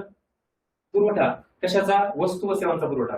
वस्तूचा पुरवठा वाढणे म्हणजे त्याचं काय वाढणे? म्हणजे बाजारामध्ये आधी 100 वस्तू तयार व्हायच्या, आता 120 तयार होतात, आता 150 तयार होत आहे. म्हणजे प्रोडक्शन वाढलं की त्याचा काय वाढतो? पुरवठा वाढतो. मग ही कधी वाढेल? जेव्हा मी इन्कम टॅक्स नाही तर जीएसटी कमी करेल. हा जो इन्कम टॅक्स हा व्यक्तीच्या उत्पन्नावर लागलेला आहे. मी ज्या वेळेला वस्तू व सेवांचं उत्पन्न विचारतो त्याला इनडायरेक्ट टॅक्स म्हणायचा, तो कुठला आहे? जीएसटी. म्हणून आपली पुढची लेवल आहे. कळलं का? पण ज्याच्या कन्सेप्ट क्लिअर आहे, टॉपिक क्लिअर आहे, तो धडाधड ऑप्शन इलिमिनेट करतो, उत्तरापर्यंत जातो. हा सोपा प्रश्न नाही. आणि या लेवलचे जर प्रश्न येत असतील तर विचार करा, जिंकलो आपण. ह्याच्या पलीकडे काहीच नाही आता. म्हणजे आता ते सगळ्यासाठी जातं मग नवीन. Yes, so this is all about. या इकडं कुठं होतो आणि काय चाललंय तुम्हाला. या आपण एखादा टॉपिक, तो न्यू एरिया, सब टॉपिक आणि त्याच्या छोट्या छोट्या कन्सेप्ट. सर प्लॅन पेज घ्या आता, आणि इथपर्यंतच्या लेक्चर मधून काय लक्षात आलं लिहा. म्हणजे उगाच आपण ऐकायचं निघून जायचं अजिबात नाही. नेमकं काय कळालं तुम्हाला? चल, आणि तुमच्या भाषेतल्या वाक्यातल्या पॉइंट वाईज लिहा. पण मला बघू द्या तुम्ही ह्याच्यातून काय घेतलं लेक्चर मधून. चला ऑनलाईन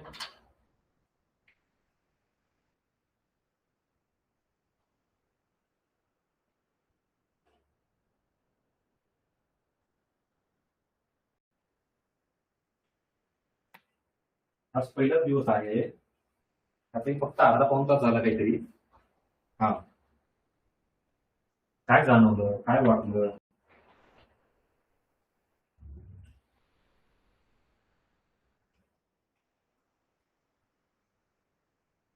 त्याला असं वाटतं की माझा अभ्यास खूप झाला आहे, मग त्याला काय गरजेचे आहे का?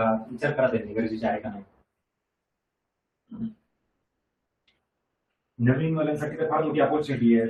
एवढ्या लेवलला जर सुरुवातीला सगळ्या गोष्टी कळाल्या तर खूप वर्ष लागणार नाहीत परीक्षा पास व्हायला.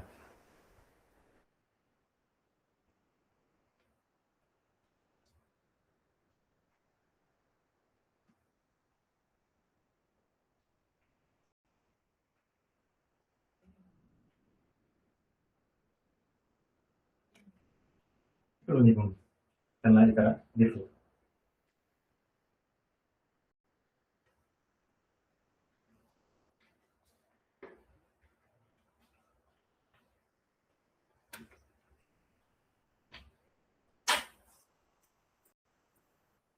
एक्झॅक्टली पीओपी कडे कसं बघितलं पाहिजे हे लक्षात आलं. पण तुमच्या माहितीसाठी पीओपी वर अजून बाकीचं अनालिसिस करणं तेव्हा तर अजून तुम्हाला खूप अँगल कळतील.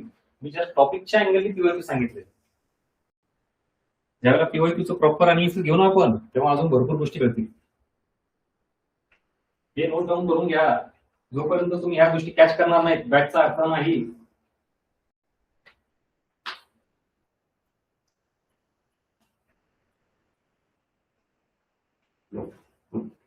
इंटरलिंकिंग कळाली, ठीक आहे. एकाच प्रश्नात किती टॉपिक आहे विचारतात? एका प्रश्नात मी 4 प्रश्नातील 4 टॉपिक म्हणत, एकाच प्रश्नात जर 4 टॉपिक असतील तर काय पुढे वाढून ठेवले आयोगाने मांडून ठेवले तुमच्यासाठी बघा.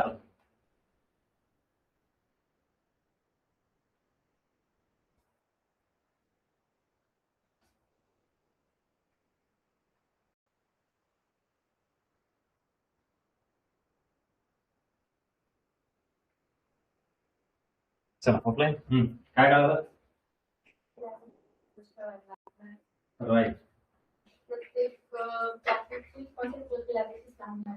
हा सगळ्यात महत्त्वाचा पॉइंट आहे.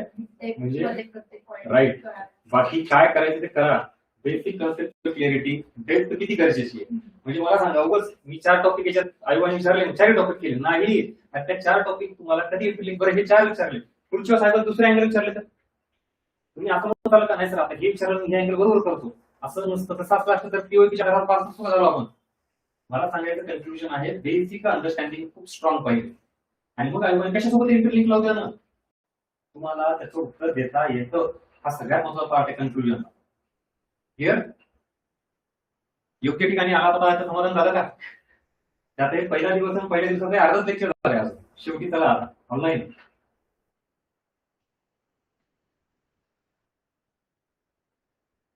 बर.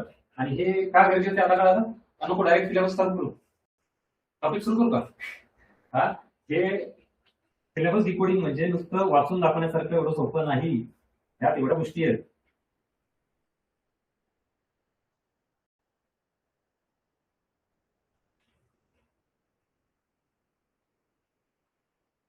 हा या आता बघा आयोगाच्या सिलेबस परत त्याचे जे काय नाव आहे हेडिंग आहे ते क्लिअर करू. फक्त आयोगाने दिलेला सिलेबस बघा. काय मेन्शन केलं इथं? अर्थव्यवस्था, इकॉनॉमी. एक ना एक शब्द समजून घ्यायचा. इकॉनॉमी त्याच्या खाली काय मेन्शन केलेलं आहे? भारतीय अर्थव्यवस्था, इंडियन इकॉनॉमी. त्याच्यानंतर राष्ट्रीय उत्पन्न टॉपिक, शेती, उद्योग, परकीय व्यापार, बँकिंग, लोकसंख्या, दारिद्र्य, बेरोजगारी इथपर्यंत सगळं कळतं. ऍज इट इज जे टॉपिक वाचलेले. मला आता तुमच्यापैकी सांगा टॉपिक नेमका कोणता आहे आणि आपण अभ्यास काय 1 वर्ष झालं, कोणी 2 वर्ष झालं अभ्यास करतोय, कोणी 6 महिने झालं, कोणी आता सुरू केला असेल, जे काय असेल. अरे पण हे काय सांगा ना मला. हा पण हे तुम्ही जे आहे तेच सांगितलं. पण जसं आपण टॉपिकचे नाव घेतले तसे पण तसा टॉपिक तुम्हाला कुठल्या पुस्तकात दिसतो? हे जे नाही ऍज इट इज हेडिंग कुठल्या पुस्तकात दाखवा मला. हा टॉपिक सर्च करा. आणि जर तसं नसेल तर मग आयोगाने काय केलं बघा. आता मी समजून घ्या. नीती म्हणजे धोरण, पॉलिसी, ठीक आहे. तर नीती म्हणतो आपण, धोरण, पॉलिसी. आता 2 शब्द आहेत, मुद्रा आणि राजकोषी. मुद्रा याचा अर्थ मॉनिटरी म्हणजे पैसा. आपल्या देशातील चलन ज्याला आपण मुद्रा म्हणतो ना मग ते पैसा म्हणजे हे मौद्रिक किंवा याला चलन विषयक असं म्हणतो. आता चलन विषयक म्हणजे चलन म्हणजे परत पैसा. मग ह्या मुद्रा किंवा मौद्रिक ह्याच्याबाबत इथं धोरण हा शब्द वापरतो. हा एक पार्ट झाला बरोबर. मुद्रा, धोरण, नीती. आणि दुसरा म्हणजे इथं राजकोषीय धोरण. देशात ज्या पैशाचा विचार करतो सगळा चलन पुरवठा, नोटा छापणे, महागाई, जनरली कोणाचं नाव येतं बरं? आरबीआयचं नाव येतं का नाही? याच्यावर नो पैसा म्हणले की आरबीआय. मग चलन विषयक धोरण, मौद्रिक धोरण, मॉनिटरी पॉलिसी हे कोणाचं काम आहे? आरबीआयचं आहे. एक्झॅक्टली तो टॉपिक. म्हणजे इथं कुठला टॉपिक बाहेर आला? आरबीआय टॉपिक भरा. बरं, तुम्हाला सर एकच एक आरबीआय, थांबा परत चूक. ही जी ही हेडिंग ही एका टॉपिक पुरती नाहीये, इथं एक टॉपिक करा आरबीआय. मग आरबीआयचं जे धोरण आहे ना, ते धोरण तर आपण काय म्हणतो, मॉनिटरी पॉलिसी, बरोबर ना? Monetary policy. बरं, ही मॉनिटरी पॉलिसी कशा संबंधित आहे बरं? जे की हे कोण राबवते? आरबीआय राबवते. हा एक टॉपिक आला बाहेर. त्याचं काय काम आहे आरबीआयचं किंवा मौद्रिक धोरणाचं? देशातील वस्तू सेवांची किमती स्थिर ठेवणे किंवा महागाई नियंत्रित करणे. म्हणजे कुठला टॉपिक आला? महागाई टॉपिक आहे. म्हणजे महागाई नियंत्रित आरबीआय करत असेल तर महागाई काय हे तर बघायला लागेल आपल्याला. महागाई टॉपिक आला. महागाईमध्ये जे जे टॉपिक मध्ये ते सगळं अभ्यास करावं लागेल. बरं, ही जी महागाई आहे, ही महागाई म्हणजे वस्तू व सेवांची किंमत काय होते? वाढते. ही वस्तू सेवांची किंमत वाढण्यामागे दोन फॅक्टर रिस्पॉन्सिबल आहेत, किंवा ज्याला फक्त आपण मागणीची एक बाजू विचारात घेतली. ज्यावेळेला वस्तू सेवांची मागणी वाढते, डिमांड वाढते, तेव्हा काय होते? किंमत वाढते, त्याला आपण महागाई म्हणतो. ही डिमांड वाढण्यामागे कुठला घटक कारणीभूत आहे? पैसा. म्हणजे एकंदरीत तुम्हाला हे जे हे काय काय सांगतं, तर आरबीआय टॉपिक करायचा, नंतर महागाई टॉपिक करायचा, नंतर चलन व पैसा टॉपिक करायचा. अर्थव्यवस्थेमध्ये जो चलन पुरवठा वाढतो, पैसा वाढतो, ह्याच्यासाठी रिस्पॉन्सिबल असलेला फॅक्टर म्हणजे व्यापारी बँका. बँकांचं बेसिक फंक्शन काय असतं? ठेवी स्वीकारणं आणि कर्ज देणं. व्यापारी बँकामार्फत जो कर्ज पुरवठा अर्थव्यवस्थेत होतो, तेव्हा चलन पुरवठा वाढतो. त्यामुळे काय वाढते? डिमांड वाढते. लोकांकडे पैसा वाढला की वस्तू सेवांची डिमांड ती वाढली की काय होते? महागाई निर्माण होते. आणि ती कंट्रोल कोण करतं? बरं, एकंदरीत इथं किती टॉपिक अनलॉक झाले? कुठले? आरबीआय, महागाई, चलन पैसा आणि बँकिंग. म्हणजे तुम्हाला आता आज लक्षात आला का? आयोगाने दिलेला जो सिलेबस आहे, त्या सिलेबस मधला जो हा पॉइंट आहे, हा ऍक्च्युली 4 टॉपिकचं कॉम्बिनेशन.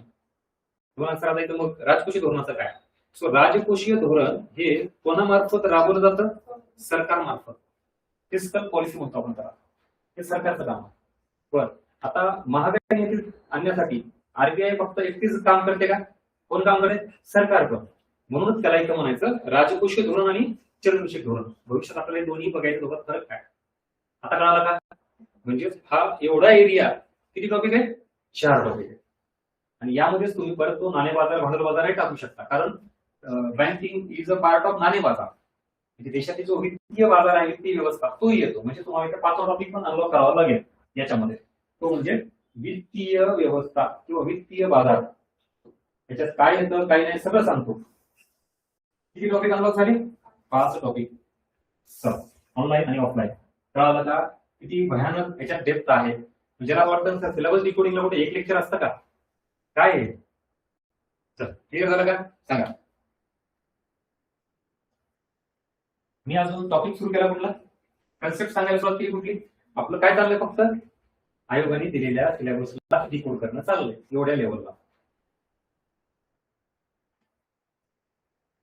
आणि तुमच्यापैकी फ्रेंड सर्कलला अजून आवर्जून विचार आजूबाजूला कोणी मित्रमंडळी नसतील, आयोगाने जो सिलेबस मला दिलेला, कुठले टॉपिक करायचे कुठले नाही करायचे, पण जे दिलेले ते तरी प्रॉपर डिकोड आहेत का? आणि आज तुम्ही सांगा बरं, आता तुम्हाला एक नाही गोष्ट कळाली इथपर्यंत, पुढं त्याच्या पुढे जाऊन याचा अर्थ सांगा. आता ठीक आहे, शासकीय अर्थव्यवस्था, अर्थसंकल्प, लेखा, लेखा परीक्षा, हा टॉपिक म्हणजे कुठला टॉपिक आहे? हा टॉपिक म्हणजे सार्वजनिक वित्त, पब्लिक फायनान्स टॉपिक. आणि मग सार्वजनिक वित्त त्याच्यामध्ये सरकारच्या उत्पन्न आणि खर्चाचा अभ्यास केला जातो, त्याला आपण अर्थसंकल्प म्हणतो.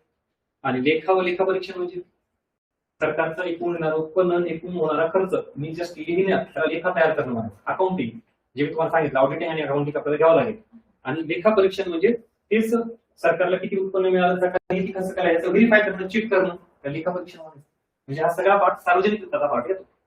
आता कळालं? This is all about complete syllabus. एक ना एक शब्द क्लिअर झाला?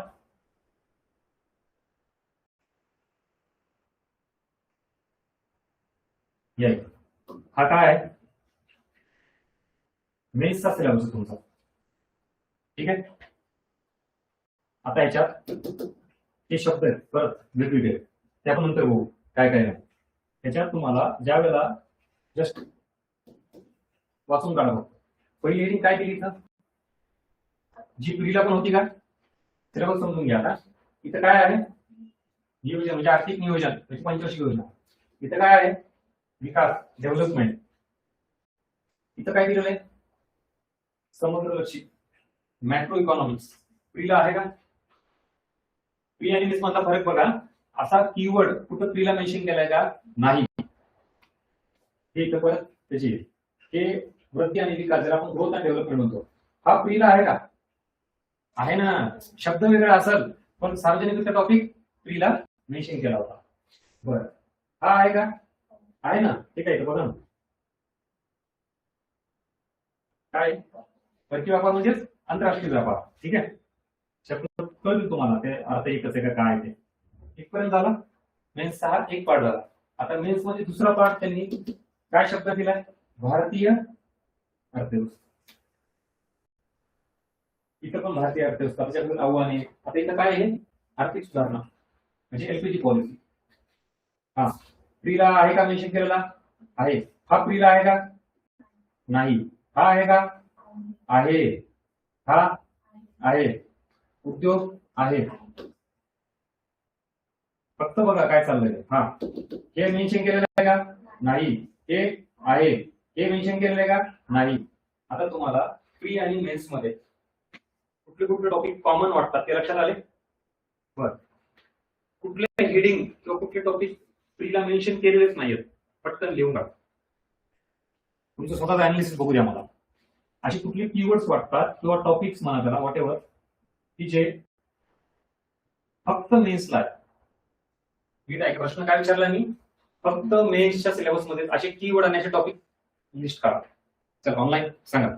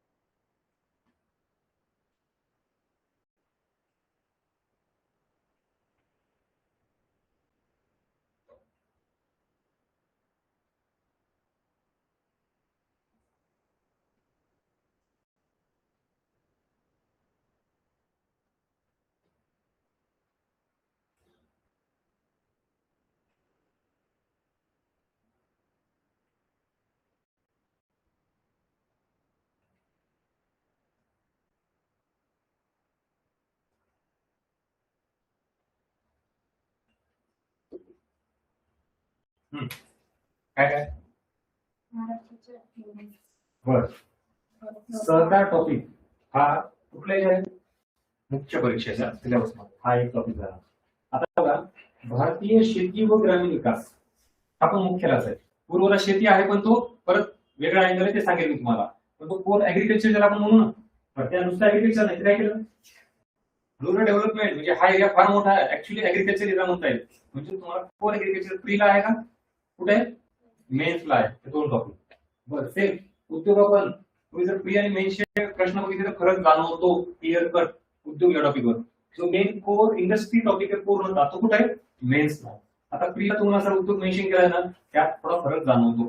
ते तुम्हाला मी सांगेल की कशा अँगलनी प्रीला करायचं, कशा अँगलनी मेन्सला करायचं.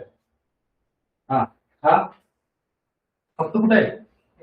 मेन्सलाच आहे. कुठला टॉपिक आहे? इन्फ्रास्ट्रक्चर, पायाभूत सुविधा, अर्थतज्ञ सिद्धांत, याच्यावर जास्त प्रश्न तुम्हाला दिसतात मेन्सला.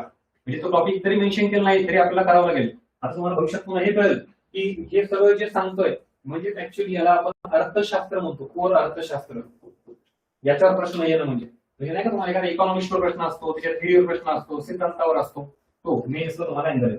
आणि महाराष्ट्राची अर्थव्यवस्था प्रीला आहे का?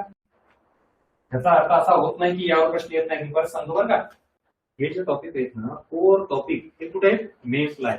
आता ह्याच्यावर प्रीला प्रश्न असतात ते वेगळे अँगल असतात, ते आपल्याला त्यावेळेला बघायचे. म्हणजे मी तुम्हाला घेईल ते पण हा सगळा जो सिलेबस आहे तो कम्प्लिटली मेन्सचा आहे. ऑनलाईन कळालं का? हेडिंग लक्षात आल्या का?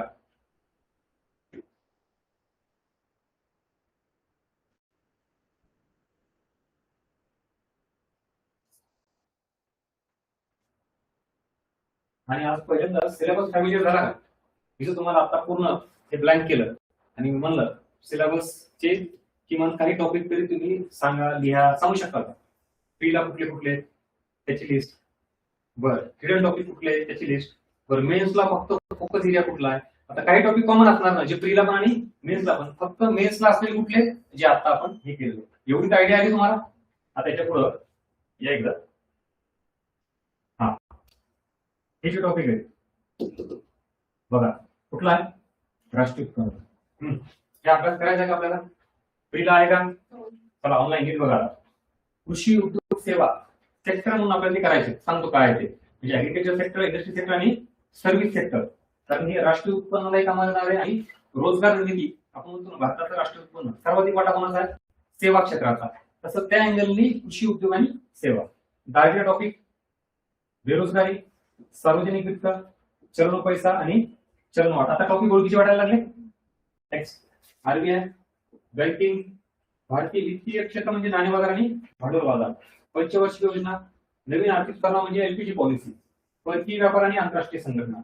यामधले कुठले पॉइंट्स टॉपिक आयोगाने डायरेक्टली सिलेबस मध्ये मेन्शन केलेलं नाही? सांगा पटकन. चला ऑनलाईन. हा एक. अजून हा अजून अजून हे सगळं डायरेक्टली मेन्शन केलेलं नाही. फक्त बँकिंग आहे बघा. हे काय आहे का बँकिंग? तो मेन्शन केलेला आहे. ठीक आहे. इथं आरबीआय आणि त्याला गोल करतो मी. अजून पटकन बाकी सगळे केले. राष्ट्रीय उत्पन्न आहे का? आहे ना, पहिला इथं. त्यामुळे याचं गोल काढतो. आता एकंदरीत किती टॉपिक आहेत संख्या मोजा. 1 2 3 4 5 7.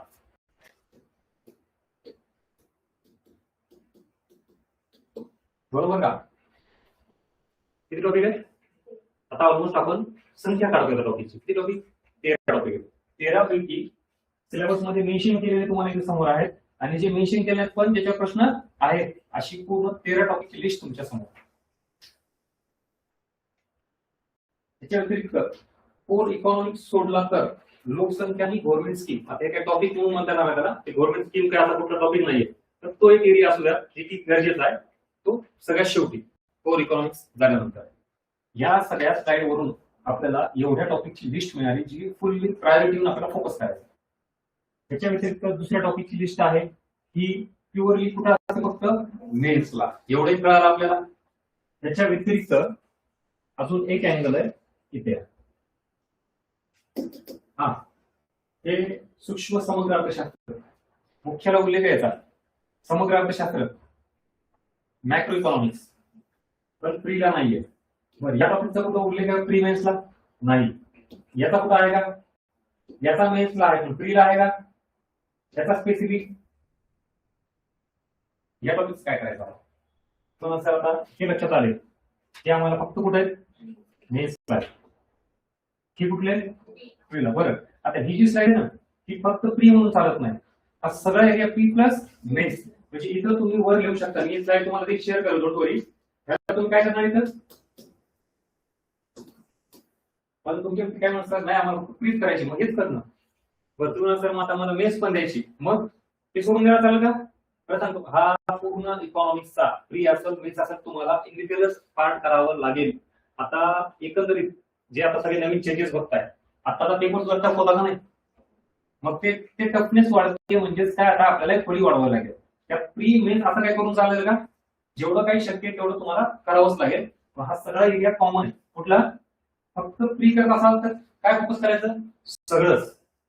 आणि भविष्यात तुम्हाला मेन्स करायचं असेल तरी करावंच लागेल. फक्त वेगळं ऍडिशन काय होईल मेन्सला? लक्षात घ्या. कन्फ्युजन दूर झालं का? आता तुम्ही प्रीला असाल तर काय करायचं? तो सगळा एरिया. आणि फक्त मेन्सला असेल तर तो प्लस आहे. Got it? आता क्लिअर झालं टॉपिक बद्दल? या एकदा तुम्ही मला ह्याचं काय करायचं, म्हणजे मी एकूण 3 भागात टॉपिक डिवायडेशन केलेलं आहे. पहिला हा पार्ट, त्याला इथं आपण 1 नंबर देऊ, याला 2 आणि याला 3. चला, सो 3 नंबरचा पार्ट हा पूर्णतः कशाला डेडिकेटेड आहे? मेन्सला. 1 नंबरचा पार्ट दोन्हीला आहे. प्री असेल तर आपण प्रीला तर फुल फोकस करावा लागेल, नो चान्स. उलट बघा, मी म्हणतो मेन्स पेक्षा प्रीला जास्त तुम्हाला मेहनत घ्यावी लागेल. का बरं? आणि स्टॉप क्लिअर होतात नाही. बरं, अजून काय सांगाल कोण? बरं, अजून नाही, टॉपिक उलट मेन्सला जास्त आहे ना, म्हणजे मेन्सला तुम्हाला हे प्लस ते करायचे. हा, पण माझं असं म्हणणं आहे की प्रीला जेवढे एफर्ट घ्याल तेवढं आउटपुट जास्त मिळेल, असं का म्हणतो? म्हणजे मेन्स पेक्षा तुम्ही प्रीला जास्त एफर्ट घेतला तर आउटपुट मिळेल.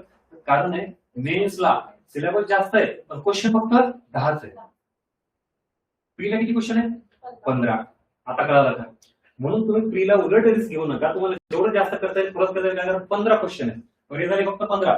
त्याच्या आजूबाजूला साईडला जे काही प्रश्न आहेत करंटचे किंवा गव्हर्नमेंट स्कीमचे कशाचे, तो आपण 18 आणि 20 वर जातो. I will prove you. जर 18 आणि 20 प्रश्नांकडे जात असाल तुम्ही तर मग एफर्ट्स घ्यावं लागेल का नाही?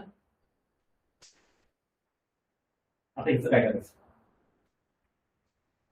आता प्री करा, मेन्स करा, काही त्यात मी परत प्री होईल, मेन्स नंतर पूर्व परीक्षा पास झाला तर मुख्य झालं ना. हे जे नाही असे टॉपिक आहेत ज्याच्यावर डायरेक्टली प्रश्न येत नाही, पण हा बेस आहे इकॉनॉमिक्स. उदाहरण तुम्हाला पीओ मध्ये दाखवून देईल. त्याचा एक प्रश्न आहे राष्ट्रीय टॉपिकचा. राष्ट्रीय टॉपिक पूर्ण केला, पण मग माझा प्रश्न आहे की राष्ट्रीय उत्पन्न ही संकल्पना सूक्ष्म लक्ष्य आहे की समग्र लक्ष्य? मायक्रो इकॉनॉमिक्सचा पार्ट आहे का मॅक्रो इकॉनॉमिक्सचा पार्ट आहे? म्हणजे आता आई डायरेक्टली असं विचारले का सांगा सूक्ष्म अर्थशास्त्र काय समग्र काय? नाही, पण तुम्हाला ते बेसिक माहिती पाहिजे. क्लिअर? हा एक अँगल आहे. दुसरा, तुम्ही एलपीची टॉपिक करता. भारतामध्ये नवीन आर्थिक सुधारणा कधी स्वीकारल्या? 1991. म्हणजे भारत स्वातंत्र्य कधी झाला? आणि इथून पुढं असा प्रवास. इथं आपण एलपीजी धोरण स्वीकारलं, न्यू इकॉनॉमिक पॉलिसी म्हणतो आपण. इथून पुढं तुमच्या वाचण्यात येईल भारत सरकारचा नियंत्रण हस्तक्षेप कमी करण्यात आला, प्रायव्हेट सेक्टरला जास्त स्कोप देण्यात आला. म्हणजे याचा अर्थ इथून ते इथपर्यंत सरकारचा रोल खूप जास्त होता. याचा बरं, याच्यावर तुम्हाला प्रश्न तयार होता, समाजवादी अर्थव्यवस्था होती का भांडवलशाही अर्थव्यवस्था होती? 1991 पासून पुढे भारतीय अर्थव्यवस्थेचा प्रवास हा मिश्र अर्थव्यवस्थेकडे होतोय का भांडवलशाहीकडे होतोय का समाजवादी अर्थव्यवस्थेकडे होतोय? मग ह्याच्यासाठी कन्सेप्ट क्लिअर पाहिजे का? कुठले कन्सेप्ट? समाजवादी, भांडवलशाही, मिश्र अर्थव्यवस्था. आता कळालं का? मला तुम्हाला हे सांगायचंय की हे जे टॉपिक आहेत ना त्याच्यावर तुम्ही जर पीओक्यू बघितले डायरेक्ट प्रश्न आहे का सांगा समाजवादी अर्थव्यवस्था म्हणजे काय? नाही, पण तुम्हाला मग एलपीजी टॉपिकच्या रिलेटेड प्रश्न विचारला जातो. तर माझं जर असं वाक्य असेल तुम्हाला 1947 ते 1991 भारतात बंदिस्त अर्थव्यवस्था होती. बंदिस्त अर्थव्यवस्था म्हणजे समजली अर्थव्यवस्था. आणि 1991 नंतर खुली अर्थव्यवस्था म्हणजे भांडवलशाही अर्थव्यवस्था. हा जो बेसच माहित नसेल तुम्ही काय उत्तर देणार?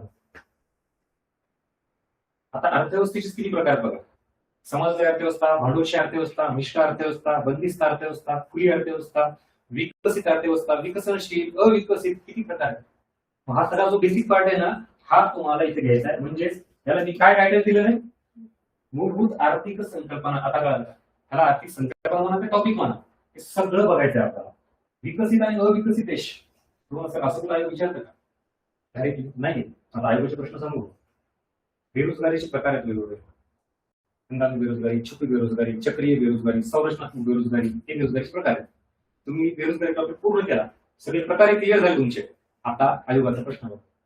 पूर्वीपैकी कुठल्या बेरोजगारीचा संबंध अविकसित देशाशी येतो किंवा अविकसित देशात मुख्यतः कुठली बेरोजगारी दिसून येते? आता मात्र आम्ही बेरोजगारीचे प्रकार सगळे केले, काही विचार आम्ही सांगतो, पण त्याचा संबंध कोणाशी लावला? विकसित, अविकसित, विकसनशील. आता काय करायचं? तुम्हाला मुळात विकसित आणि अविकसित देशाची वैशिष्ट्य माहिती पाहिजे. उत्तर मिळालं का? कारण हे बेस. आर्थिक वाढ, आर्थिक विकास, मानव विकास, शाश्वत विकास 100% प्रश्न. मुळात आपल्याला हे सुद्धा माहित नाही ग्रोथ अँड डेव्हलपमेंट मध्ये फरक काय. आर्थिक वाढ आणि आर्थिक विकास सारखाच वाटतो, वेगळे. विकासामध्ये पण किती प्रकार माहिती का? आर्थिक विकास, मानव विकास, शाश्वत विकास, पुन्हा सर्वसामाजिक विकास, human development, sustainable development, inclusive development. काय तुम्हाला सर अशा प्रश्न विचारतात परत किंवा विषय बोलतच नाही. एक नाही, आता तरी फक्त हे करतोय, पुढच्या लेक्चरला पूर्ण पीओटी दाखवणार. आता काय प्रश्न आहे तुम्हाला जर मी विचारलं, शिक्षण साक्षरता हा घटक प्रामुख्याने कुठल्या विकासाशी संबंधित आहे? म्हणजे विकासाचे खाली सगळे ऑप्शन आहेत, आर्थिक विकास, मानव विकास, शाश्वत विकास, सर्वसमावेशक विकास. आता याच्यापैकी निवडायचं म्हणजे किती कन्सेप्टचा बेस स्ट्रॉंग पाहिजे. आणि म्हणून परत याचा अट्टहास. आता आपल्याला इथून पुढे कन्फ्युजन जर काढायचं म्हणलं तर आता मी समजा फॉर एक्झाम्पल उद्यापासून टीचिंगला सुरुवात केली तर ओव्हरऑल आपल्याला या टॉपिकचा काही लिहिलं नाही ते बाजूला ठेवा, बरोबर? कारण तुम्हाला प्रीच अँगल हे घ्यायचंय. काय करावं लागेल आपल्याला? हे सगळे टॉपिक करायचे का? यस, ही एक लिस्ट मिळाली तुम्हाला. आणि त्या टॉपिकला समजून घेण्यासाठी आधी बेसिक क्लिअर करावं लागेल. म्हणजे आता 2 स्लाइड जास्त महत्वाचे आपल्याला, की बेसिक वाली जी पहिल्यांदा प्रायोरिटीने करायची आपल्याला, आणि त्याच्यानंतर हे सगळे करू. This is all about syllabus decoding. आणि आता तुम्हाला आयोगाचा सिलेबस दाखवतो. या येस, किती पोळीचा सिलेबस आहे? हा, त्याच्यानुसार जाऊ कमी. हा, उद्या बॅच संपवतो लगेच, कारण पटापट घेतले. आता ह्याच्या व्यतिरिक्त आपण किती टॉपिक बाहेर काढले? त्याच्या व्यतिरिक्त बेसिक टॉपिक असा टोटल आकडा किती झाला सांगा मला, मोजून सांगा. चला, हे एवढे टॉपिक जे किती आकडा येतं? 13. आणि हे 14, 15, 16, 17, 18 म्हणजे ऑलमोस्ट 20च्या आसपास झाले. आता काही टॉपिकला टॉपिक नाही म्हणता येणार, कन्सेप्ट पण वॉटेवर. बरं, 15 ते 16 जर टॉपिक म्हणून पकडलं तर आता कधी कधी सार्वजनिक वित्त आणि कर प्रणाली एकच टॉपिक, म्हणजे वेगळं नाही. असं झालं तरी 16च्या आसपास टॉपिक येतात जे आपल्याला करायचे. आणि तुम्ही आयोगाच्या सिलेबस नुसार जर बघितला तर टॉपिकची संख्या किती आहे? 1, 2, 3, 4, 5, 6, 7, 8, 9, 10, 11. त्यातही हे एकच टॉपिक आहे का? पण ह्याला टॉपिक म्हणायचं का? आता पुढचा प्रश्न तोच आहे मला. ह्याला टॉपिक म्हणायचं आणि ह्याला काय म्हणायचं? असं ह्याचे तुकडे पाडत असणार का तुम्ही? ह्याला वेगळा टॉपिक म्हणणार, ह्याला वेगळा, हे ऍक्च्युली ह्याच पार्टल असं म्हणून ऑलमोस्ट फक्त 10 टॉपिक दिले साहेबांनी. तसं बघायला 10च. आणि मग ह्याच्यावरून आपण किती टॉपिक काढले?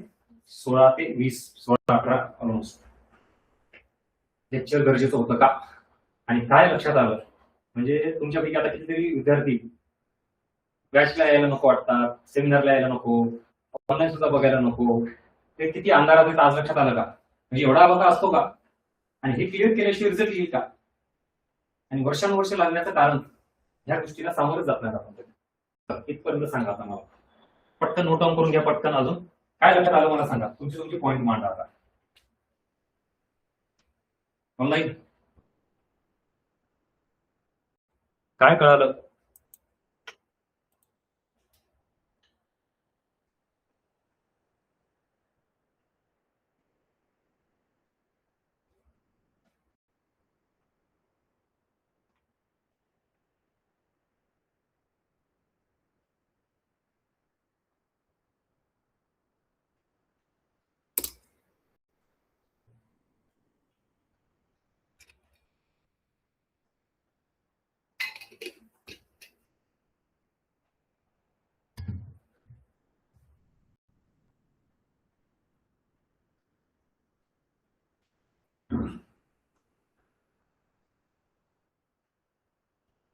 कन्फ्युजन दूर होतंय का? क्लिअरिटी येते का?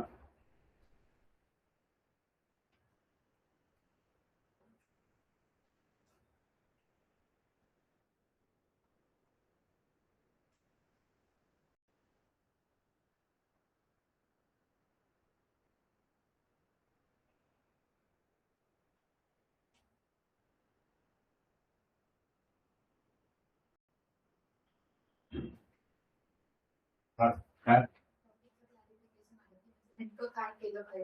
बरोबर. त्याच्यामुळे डायरेक्ट पुस्तक घेतो, पुस्तकाची दिले वाचत सुटायचं. आपल्याला वाटतं पुस्तक त्या परीक्षेला कामाचं आहे, मी कुठं होतो बिना कामाचं. अरे पण त्यातूनही तुला टॉपिक सुटवू द्या ते एक अजून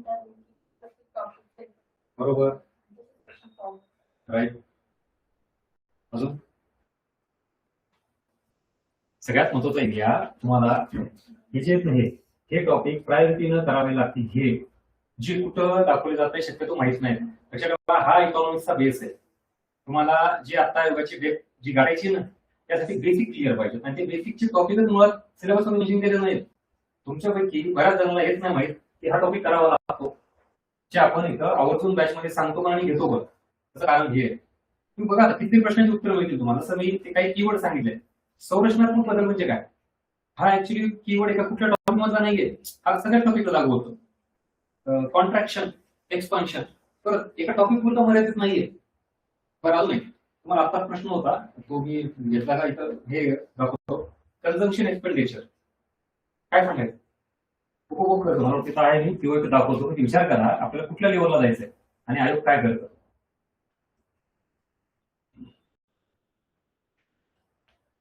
कुठे तो दाखवतो शब्द तिथपर्यंत पोहोचायचे आपल्याला.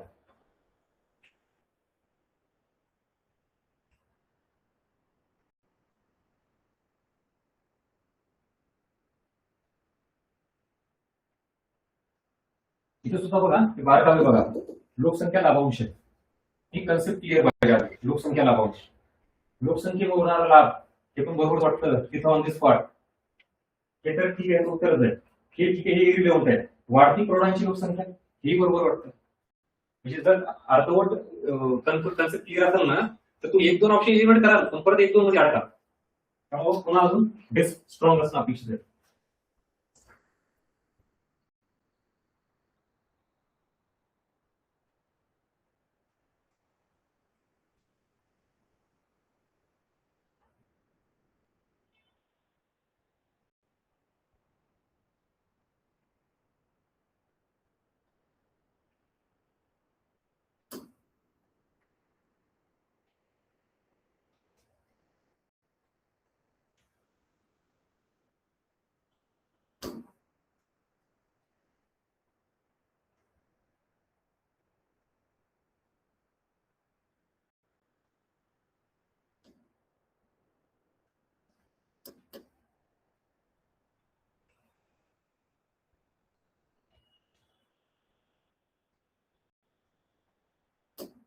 हा इथंच हे काय तरी म्हणलं मी कुठे गेला त्याच्यात होतो शब्द. आता हे जरा मी एवढं सगळं समजून सांगितलं ना त्याच्यात अजून एक काय माहिती सांगा. इंग्लिश मध्ये परत सांगू का ह्याला काय करणार आता ह्याला कसं डील करणार. आता हा कुठला टॉपिक आहे आणि कुठल्या टॉपिक बद्दलची कन्सेप्ट ऑनलाईन काय चाललंय कळतंय का? ह्या बारकाव्यावर आपल्याला काम करायचं. म्हणजे इथं तुम्ही फोकस कशावर केलं इन्कम टॅक्स. तुम्हाला सर हा टॅक्सचा टॉपिक आहे ठीक आहे ना. बरं त्यात तुम्ही काय केलं बरं की एक्सपान्शन आहे का कॉन्ट्रॅक्शन ते केलं. आणि पण आता तुम्हाला जर हेच नाही माहित हे हाऊसहोल्ड कन्झम्पशन काय किंवा प्रायव्हेट कन्झम्पशन काय किंवा कन्झम्पशन एक्सपेंडिचर काय हे एकच आहे सगळं. कन्झम्पशन एक्सपेंडिचर ही कन्सेप्टच नाही माहित काय उत्तर देणार तुम्ही किंवा तुम्ही अडकाल अर्धवट माहिती असल्यावर. मग ह्या बारकाव्यांना विचारात घेऊन आता आपल्याला अपडेशन करावं लागतं. चला हेच तुम्हाला सांगायचं होतं. या इकडे आता परत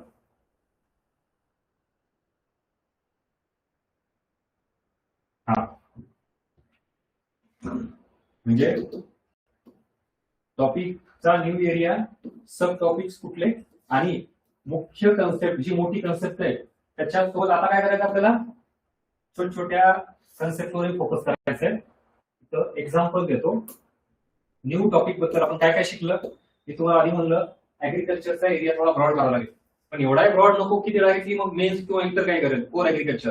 पण आधीच्या पेक्षा ऍग्रिकल्चर मध्ये थोडं एक्स्ट्रा टाकावं लागेल. सेम इंडस्ट्रीमध्ये हे एक्सपान्शन करावं लागेल. नवीन एरिया कुठला आहे लेखा व लेख परीक्षण ज्याला म्हणतो अकाउंटिंग आणि ऑडिटिंग. याच्यावर आयोगाने हे दिली होती आधी पण आता मला कंटिन्युअस प्रश्न यायला लागले. हे आपला टॉपिक ऍड करावं लागेल. हे लेखा लेखा परीक्षा आणि सगळ्यात महत्त्वाचं कंबाईनला शाश्वती टॉपिक होता का तो एक ऍड करावा लागेल. म्हणजे यावेळेस एमडीची एसडीची व्यवस्थित करावं लागेल. हा सगळा नवीन एरियाचे अपडेट आपल्याला याच्यामध्ये बघायचं. पुढे जे आता सांगितल्याप्रमाणे आता न्यू अपडेशन काय असणार आहे तर आपल्याला एखाद्या टॉपिकच्या संबंधितच कन्सेप्ट असली पाहिजे असं काही नाही. त्याच्या पलीकडे मल्टिपल टॉपिकला कनेक्ट होणारी संरचनात्मक बदल म्हणजे नेमकं काय सांगा बरं. बरं त्याच्यावर डायरेक्ट प्रश्न आहे का आयोगाने असं विचारले का सांगा संरचनात्मक बदल. पण त्या संकल्पनेचा संबंध प्रश्नात आहे. माहिती वित्तीय सार्वजनिक वित्तामध्ये संरचनात्मक नावाची टूल्स आहे बघा.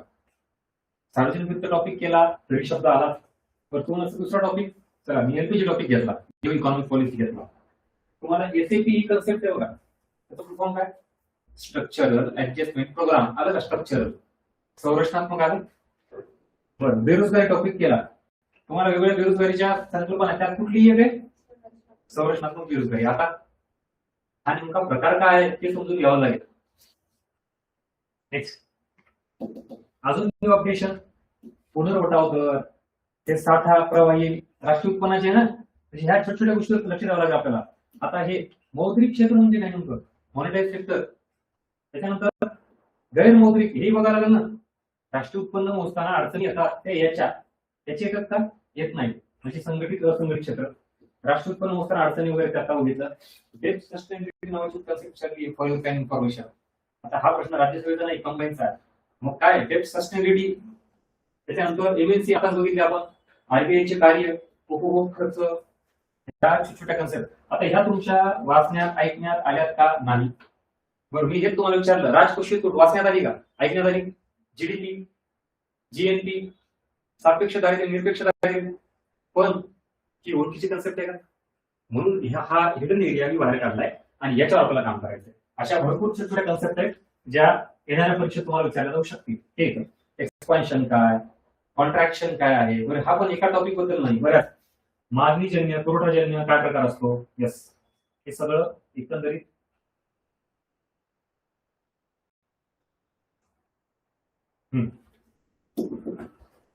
सिलेबस डिकोडिंगच्या संबंधित ओव्हरऑल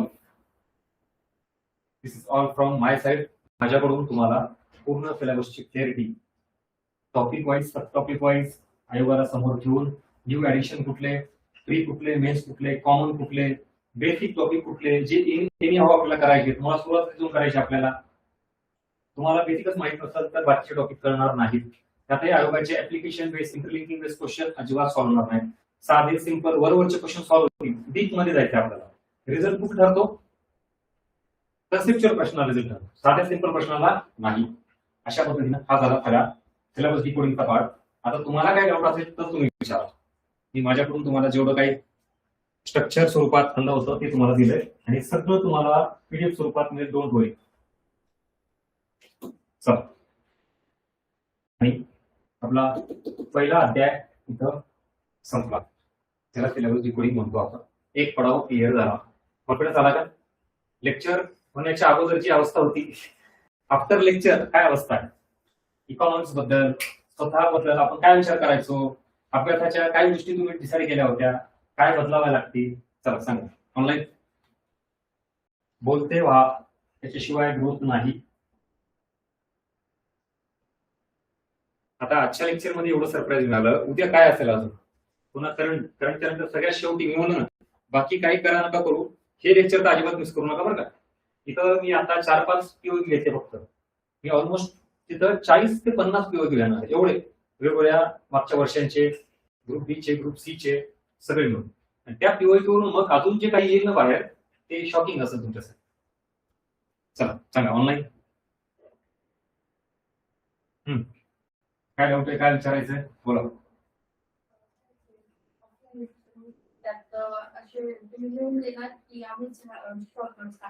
त्याच्यामध्ये ना तुम्हाला बुक मिळेल आणि आपल्या बुक मध्ये ऑलमोस्ट हे जे दिलेलं आहे म्हणून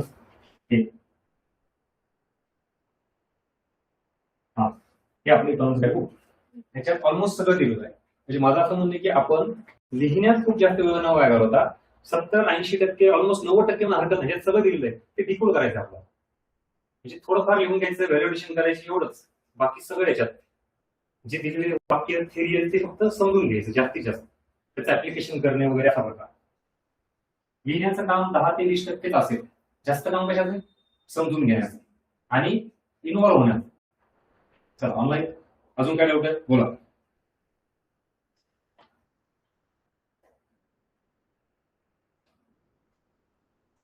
काय होतं, नोट्स जेवढे लेंदी तेवढं तुमचं समाधान होतं की आहे. माझं म्हणणं आहे इकॉनॉमिक्स सारख्या विषयात तुम्ही मान खाली घालून लेक्चर करणे हे चुकीचं. सतत काहीतरी लिहा, हे करा. आता तुम्ही बघा ना, आल्यापासून किती लिहिलं तुम्ही? रक्कम. पण समजून किती घेतलं? म्हणजे डोक्यात भरून घेण्याची भावना जास्त आहे ना, का वया भरून घ्यायच्या? तुम्ही सांगा. ऍज इट इज जे पुस्तक आले तेच आपल्याकडे छापलं. त्यामुळे ते पुस्तक तुम्हाला बॅचमध्ये मिळेल. त्यामुळे वेगवेगळ्या परचेस करायची गरज नाही. आणि बस या पुस्तकाला, आताही मी मॅक्झिमम ज्यावेळेला पुस्तक समोर असतं ना, तेव्हा मी पुस्तक समोर ठेवून मग तिथं बघा मी शिकवत असं करत नाही. कारण तुम्हाला एम्पॉवर करायचं.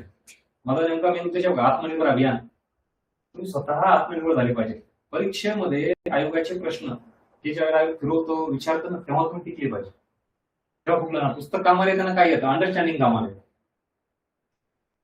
चला सांगा अजून काय?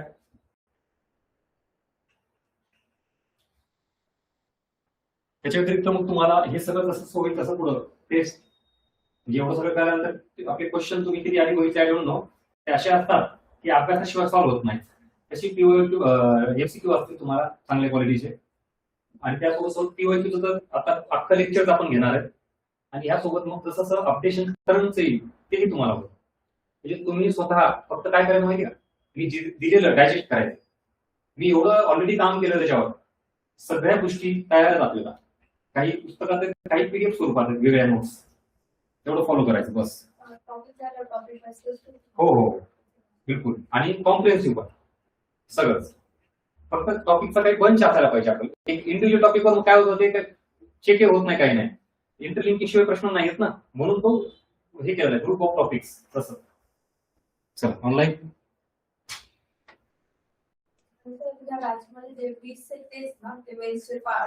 नाही नाही नाही. हा त्यासाठी तुम्हाला परत ते वेगळी बॅच वेगळे लेक्चर्स असतील. डोंट वरी. तुम्हाला प्री करायचंय, मेन्स करायचंय, तुमचा कॉल. तुमच्यानुसार मग परत ती तुम्ही बॅच हे करू शकता. आहे ना, आहे ना. तेच ना, तुमचं कंटिन्यू जे लेक्चर आहेत ना, म्हणून आता बऱ्याच जणांना फक्त प्री ओरिएंटेड करायचं, काही जणांना मेन्स ओरिएंटेड करायचं. त्याच्यानुसार आता काय होतं, जे काही टॉपिक आहेत मेन्सची काही एरिया, ते पूर्ण कोर तुम्हाला प्री मध्ये घेऊन फायदा मिळेल, पण मग ते कमी प्रमाणात. मेन फोकस काय आहे आपला, तो क्लिअर करा, त्याच्यानुसार ते घ्या. जर तुमचा दुसरा परत फोकस हे झाला की परत त्याच्यानुसार तेवढी टेस्ट घ्या. तुम्ही बघा आपले मेन्सचे लेक्चर, मेन्सच्या बॅच, ते कम्प्लिटली तुम्हाला फील देतं की मेन्सला काय फरक आहे का नाही. मग त्यानुसार आपण ते जाणीवपूर्वक घेऊन केलं. इव्हन राजेश प्रीची बॅच सुद्धा आता दुसऱ्या विषयांना कदाचित ते लागू होत असत. इकॉनॉमिक्सला मी क्लिअर कट सांगतो ही बॅच राजेश प्रीला नाही. हा कामाला एखादं येईल, म्हणजे 15 पैकी तुमचे 8-10 प्रश्न होतील, पण ऍक्च्युली राजेशची ती वेगळीच आहे. हे मी प्रामाणिकपणे ऑन रेकॉर्ड मान्य करतो. राजेश बसा येईल कामाला, कशी येईल कामाला, त्याचे प्रश्न जर बघितलेत ना, तर तुम्हाला असं वाटत हे कुठल्या प्रकारचं इकॉनॉमिक्स आहे. बरं, for your time information, Rajesh प्रीला किती टॉपिक आहेत माहिती? ओव्हरऑल 15 प्रश्न जे आहेत 7 ते 8 टॉपिकच फक्त. म्हणजे विचार करा, तुम्हाला 15चा परत आकडा टॉपिक, म्हणजे तुम्हाला 15 टॉपिक करायचे, तर त्याच्या डायरेक्ट अर्धे टॉपिकच कोणाला आहेत? राजेश प्रीला. पण क्वेश्चन्स किती आहेत? 15 आहेत. म्हणजे मग डेप्थ काय असेल?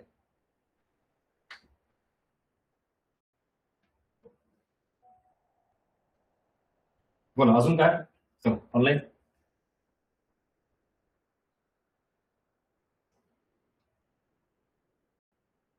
हा हा गुड गुड व्हेरी गुड. कळतंय ना तुम्हाला? राईट. काय होतं, आपला अडचणी पॅटर्न बऱ्याच जणांना झेपत नाही, जड जातं. कारण आहे की ती एवढी डेप्थ किंवा असाही प्रकार असतो का हेच मुळात माहित नसते आपल्याला. आणि यामुळे मग आपण सुपरफिशियल स्टडी करतो बरोबर आणि पुढे जातो. तसं नका करू.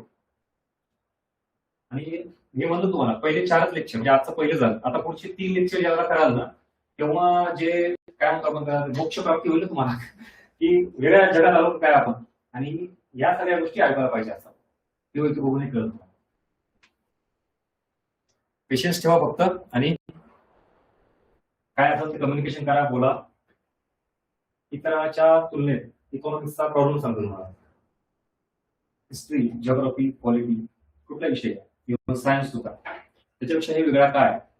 तुम्हाला जर मी हिस्ट्री शिकवत असेल तर तुमच्या डोळ्यासमोर काहीतरी येतं, आणि आपल्या लहानपणापासून ते ऐकण्यात असल्यामुळं इंटरेस्ट वाटतो का नाही. म्हणजे हिस्ट्री सॉफ्ट जाते त्याच्यामुळे. पॉलिटी, मी तुम्हाला जर संसद हा टॉपिक शिकवत असेल तर डायरेक्ट पार्लमेंट आपल्या समोर डोळ्यासमोर राहते का नाही. आमदार, खासदार, पंतप्रधान, राष्ट्रपती, त्यामध्ये परत काय होतं, समजायला सोपं जातं. व्हिज्युअलायझेशन, हिस्ट्री झालं, पॉलिटी झालं, जिओग्राफी. ही जर तुम्हाला डोंगर रांगा म्हणत असेल तर आपण ट्रेक केलेला असतो, नदी प्रणाली, व्हिज्युअलायझेशन होतं. त्यात परत तुम्ही सायन्स जर म्हणलात तर सायन्स भलेही अवघड मान्य आहे, पण आता टेक्नॉलॉजी एवढी पुढे गेली आहे की तुम्हाला त्याचे खूप अॅनिमेशन व्हिडिओ आहेत. म्हणजे हर्टचं फंक्शन कसं म्हणजे डायरेक्ट हर्ट एकदम व्यवस्थित सांगतात ते, त्यामुळे तेही सोपं झाला.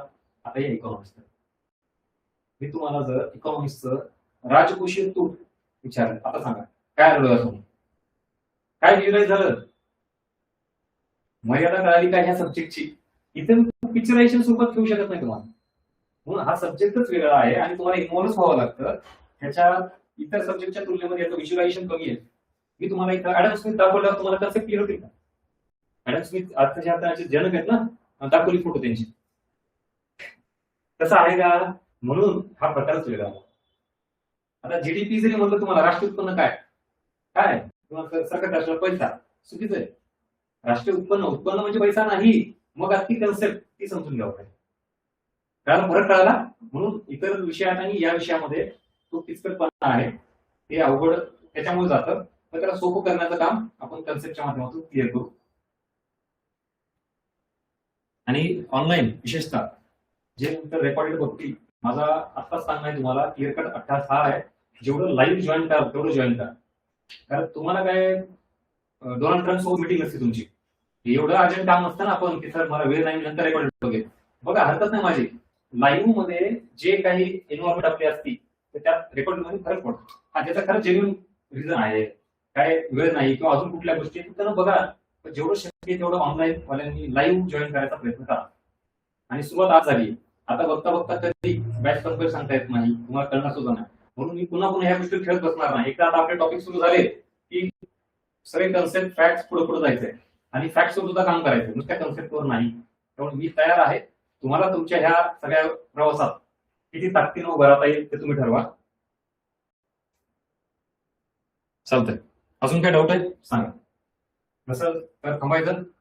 आजच्या पुरता डोस भरपूर झाला आणि उद्या याच्या पुढचा एरिया सप्लिमेंटरी एलिमेंट्स काय असणार आहेत, त्याच्यानंतर पुढे करंटचा अँगल काय आहे आणि सगळ्यात लास्ट पीओएफ अनालिसिस.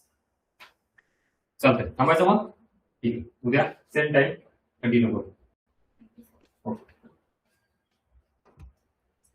टाइम काय 3 ते 6 पर्यंत. एकच मिनिट.